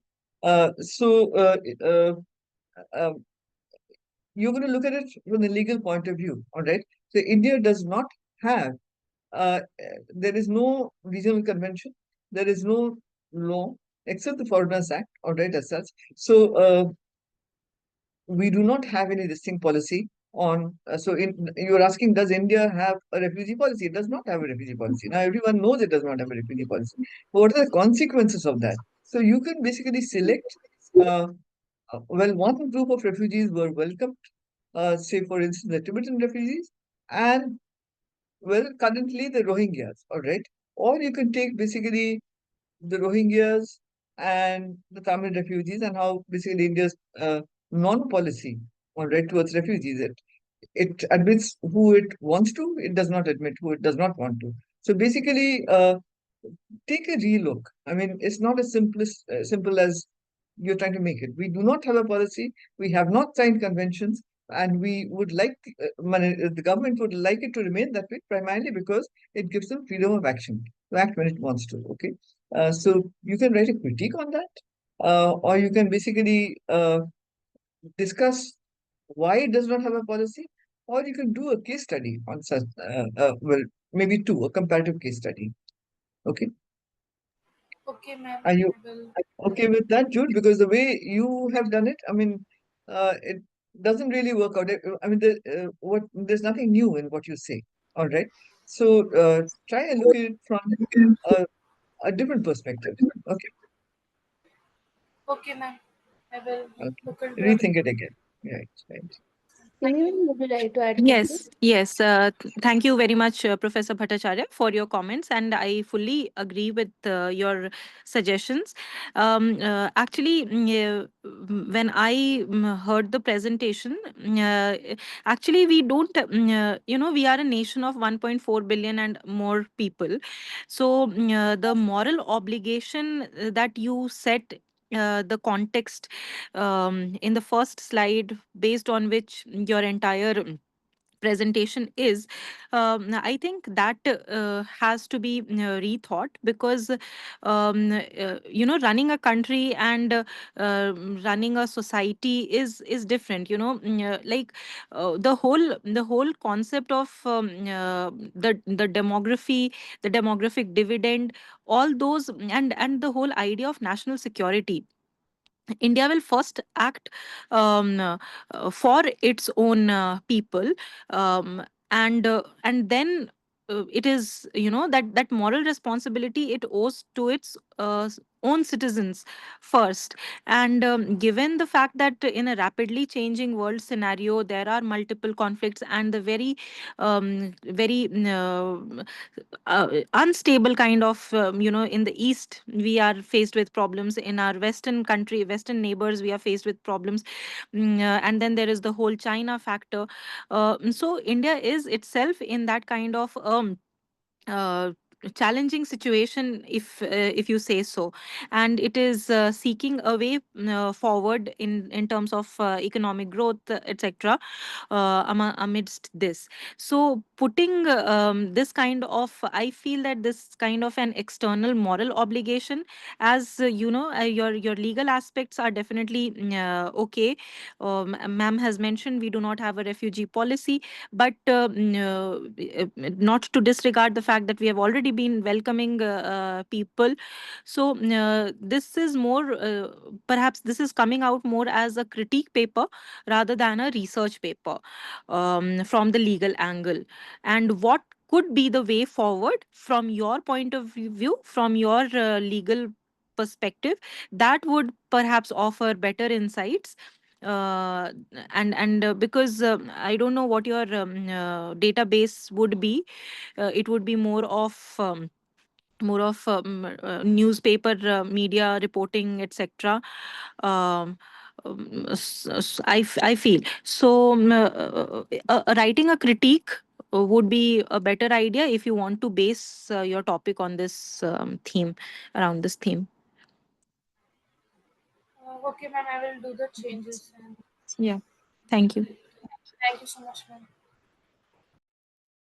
Thank you, Jyoti. We'll now proceed with the next presentation by Soumya Krishnaji. Hello, good evening. Am I audible?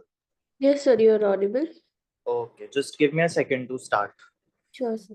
Yeah. Is my screen visible? Yes, it's visible. Okay. So, good evening, everyone. So today I'll be talking about analyzing the alternative avenues of Indian diplomacy for the coming future. So, basically, the objective of this research is to identify the emerging and alternative methods of diplomacy in a multipolar and interconnected world. I have looked at several arenas where the current diplomatic system of India and the foreign policy, as well as the public policy, is a little less focused, but the areas in itself are and have been performing really well in order to connect people to people, in order to foster people to people connections, and in order to create a better narrative for the country in general. So the focus areas of my paper basically include digital and energy diplomacy. So what I've done is I've done some case studies, and on the basis of those case studies, I've formulated the arguments on all the focus areas. So when we come towards environmental / spiritual diplomacy, so with that, the argument and the basic message which I wanted to portray with the second point basically involves around the Indian traditional systems, which treat environment in a spiritual way, and how those historical perspectives and how those historical values, which we as Indians have in ourselves, can be fostered into a better environmental policy on a global level. Up next, we have sports diplomacy. So in that, what I've tried to cover is the diasporic perspectives into sports, the planning perspectives of the sport, and also how sports in general has been connecting people to people from across the world, and how the Indian scenario at the moment is lagging behind the world when we compare it to our neighbors such as China, or you consider Japan or South Korea, or even the US. Up next, I have covered cinema and food diplomacy. So again, this goes back. All of the focus areas have a strong historical perspective attached to them. And when we consider food, basically, I've taken the studies from all across the world, like how food connects people, and how Indian food in general has been such a platform for the nation's identity globally, and also how it is such an underrated subject. We take the spices, we take the elements of our food so casually, but on a global scale, they frame Indian identities and they frame narratives, and it needs the attention that it deserves. Lastly, it's fashion and cultural diplomacy. So in today's world, Indian fashion and Indian fashion designers, as well as the culture of India, it is framing identities globally. It is getting the recognition it deserves. But again, the policy making towards it is still a little bit lagging as we compare it to the other powerhouses around the globe. So basically, the goal of the study is to strengthen people and people to people connections and propose sustainable diplomatic futures. And the motivation is about rethinking diplomacy beyond hard power, and basically centering it around people and the values that we as Indians have in our ethos and in our values and our systems. The basic challenges in the study involve the limited data and the recognition that these areas that I have discussed have in the mainstream media, as well as in the mainstream narratives which are formed around India and its identity on a global level. The key research questions involve the India's alternative diplomatic avenues, and how can we build a stronger diplomatic identity and narrative with the use of these focus areas. Like, I'll be testing out the basic strength and the basic potential of these areas. Like, do they really have that potential, or is it just one of the mediocre avenues for getting a narrative? So for methodology, I have reviewed the current initiatives and emerging diplomatic domains, expert opinions, and I've compared the international case studies, as I previously spoke in case of sports, in case of fashion, and also in the case of other cultural avenues. For sources, press reports, UN publications, WF datasets, and academic literature is the basic items which I've consulted. And the expected outcomes of the study basically involve the recognition of non-conventional diplomacy's potential, insights for inclusive and sustainable foreign policy, academic and policy-driven push for soft power emphasis, and a blueprint for strong people-centered diplomacy. Thank you. Thank you, Samya. Interesting. Well, you're talking actually about soft power and diplomacy and India's soft power in the present context. There's just one question that basically is difficult to measure the impact of soft power. How do you plan to do that? Yes, ma'am. So, ma'am, in order to measure impact, I think we need to look at the narratives which are around. Like, that's how I see it. Like, for instance, recently, I guess in 2022, there was a fashion show which was organized by the Indonesian embassy on the on the birth anniversary of Mahatma Gandhi, and basically it focused on the collaborative efforts and the common prints. Like, it's a batik print, so it has elements of India as well as Indonesia. So it had a wider the impact went beyond the presentation of just fashion. It was beyond that. It was basically culminating two cultures. So I think that's how I measure it. The impact of it, like how big is, how many boundaries is a certain event or a certain diplomatic avenue breaking up. It's not monetary. It cannot be measured. That's what I would agree on. But the boundaries that it breaks and the connection makes, I think that would be a way of measuring the impact. Okay, because the other way around, like India is impacted by, say, Western fashions. The Western companies, Guess, Gap, etc. We're Adidas. All this, all right, has a huge Indian market. Now, does Indian fashion, all right, or companies basically have the same kind of impact in other countries? I mean, this is one way you can measure, not just a fashion show or anything like that, but basically, what is the impact in terms of, well, our companies? What kind of reach do they have? All right. Uh, so that is very important. Of course, when it comes to spiritual, World Yoga Day, that of course is an impact. I mean, everybody is doing yoga. Yoga is something that everybody knows about. Uh, so that is there. Now, Indian food, of course, and in any place all over the world you go, you do find Indian restaurants. Okay, but how do you measure that? For instance, one sees McDonald's and Kentucky's Fried Chicken all over the world. Now, one can also measure the number of outlets these have in countries. So far as Indian food outlets are concerned, these are more, I mean, we don't really have that kind of a brand kind of name or anything like that, but we do have restaurants, all right? So the issue is, the problem is actually quantity, well, giving a kind of quantity, all right, or giving a quantity analysis, all right, as to what impact these have. Uh, you can do a conceptual paper, of course, with a bit of quantitative analysis, all right, where it counts, like yoga or something like that, the World Yoga Day, and you can measure, I mean, how many people turned out for World Yoga Day, all right, as such, what exercises they did, all right, which were there all over the world. Now, and basically the yoga centers, you can try and find out in the United States, all right, how many do they have, all right, where they teach yoga. But uh, you need something more concrete, all right, to base, all right, your alternate.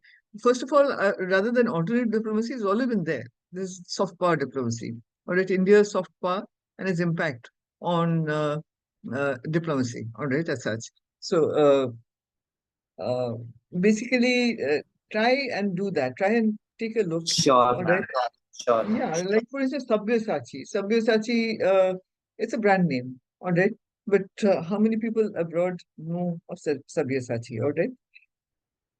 Ma'am, Cinema. if I may speak. Huh? Yeah, ma'am. Basically, what I meant by that was, so recently, so basically, historically, Indian food and Indian spices have been around the world. So if we consider dishes like idli, sambar, and other dishes, so ma'am, they have a lot of historical background, which basically is related with how people connected with each other in the past.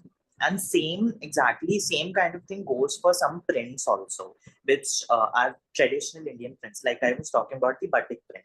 So my point regarding that whole narrative is that by using the past, like in the past there were things which India offered to the world, and now in order to build a better narrative for our soft power, we need to use these arenas, like those historical contexts. They need to be used in a better framework. And right now, uh, it's very less represented in media also, and also in narrative building also. There are like many things, like many food items are there, like Greek and Indian cuisine, they share together. Southeast Asian cuisine and Indian cuisine, they share together. So In fact, when you're yes, talking ma'am. about ancient, we had a much stronger soft diplomacy all over Southeast Asia, where, in fact, from the south, basically they conquered, they went. All right, you have the Mahabharata, you have, even the kind of uh, dress is a kind of modified, the names, all right. Uh, if you look at Angkor Wat, Wat is Mott, all right, as such. So Yes, basically, ma'am. it's a kind of change over there, all right. So, uh, well, it had a much deeper impact, all right. And then, of course, Buddhism. If you visit Cambodia or you visit any of these other countries nearby, I mean, you see the impact, all right.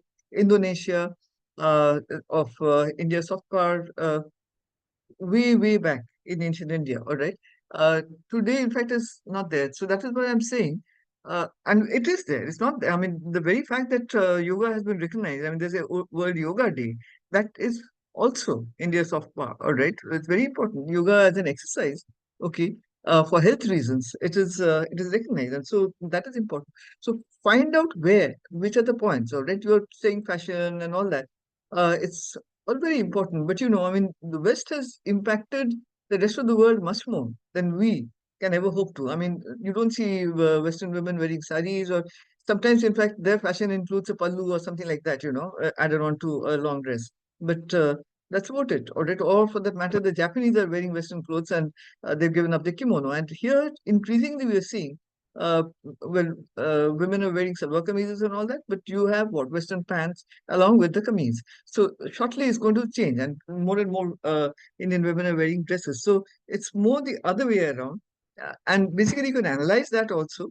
Uh, you don't find Indian brands which are popular here, I mean, abroad, but you do find things like yoga, as you said, the Indian spiritual part, all right, as such. All that is very much there. Okay, so rethink.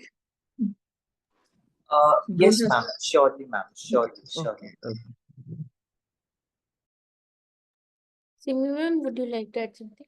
Yeah, apart from everything else that Madam has just mentioned, perhaps cinema could also be one of the parameters of your assessment. And, the whole box office collections and the craze for Indian cinema outside the country may be also helpful in your quantitative analysis. Sure, ma'am. Ma'am, like Thank you. for example, ma'am, Dangal, it created a huge impact in China, Right, and right. Bollywood films they have that value, they have that weightage to them. They Correct. connect diaspora also, and they go cross country and cross Yes. culture. So of course, that's a Yes. consideration. Sure, Oh, ma'am. thank you. Before we proceed further, Sanjukta ma'am, Simi ma'am, we have 5 more presentations to go ahead. Should we do them today or should we do them next week? I personally feel that maybe we should do them next week. I have some other work. So is it possible, Simi? Yes, ma'am. Yes, ma'am. Certainly. Certainly. Okay. I mean, it's already, I think 9:30. It's going to be 9:30. So I have some other work actually. I mean, there are people coming over, so I need to get out of this. So I'll be very happy. I'll join you next week on Thursday if there are only 5 presentations. Yeah, that would be better. Okay. Right. Yes, ma'am. Thank you, ma'am. In that case, Ria, I think we can go ahead with the formal vote of thanks.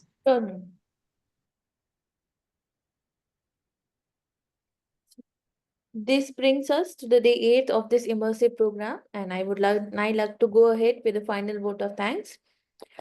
As we come to the end of the eighth day of Diplomacy, Foreign Policy and Geopolitics Youth Fellowship, Online International Winter and Spring School Program, and a 3-month immersive online Introductory Leadership Certificate Training Fellowship Program, I, Ria Rawat, researcher at Impact and Policy Research Institute, would like to propose the formal vote of thanks on behalf of IMPRI, Center for International Relations and Strategic Studies, New Delhi.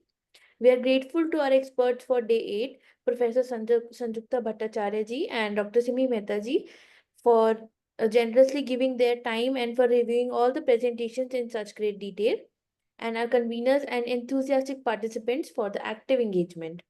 Readings for the session have been shared to you in your email, and a video of the session will also be shared with you for learning. We eagerly await your presence in the valedictory session scheduled for April 24 at 6 p.m. We are grateful if you are watching us later on YouTube or listening to us on various podcasts or reading our publications. We hope you continue to join in future to our IMPRI Web Policy Talk and Web Policy Learning. Wish you a very good evening. Thank you. Thank you, ma'am. Thank you. Good night. Thank you, Ria. Thank you, everyone. Thank you, ma'am. Thank you. Thank you.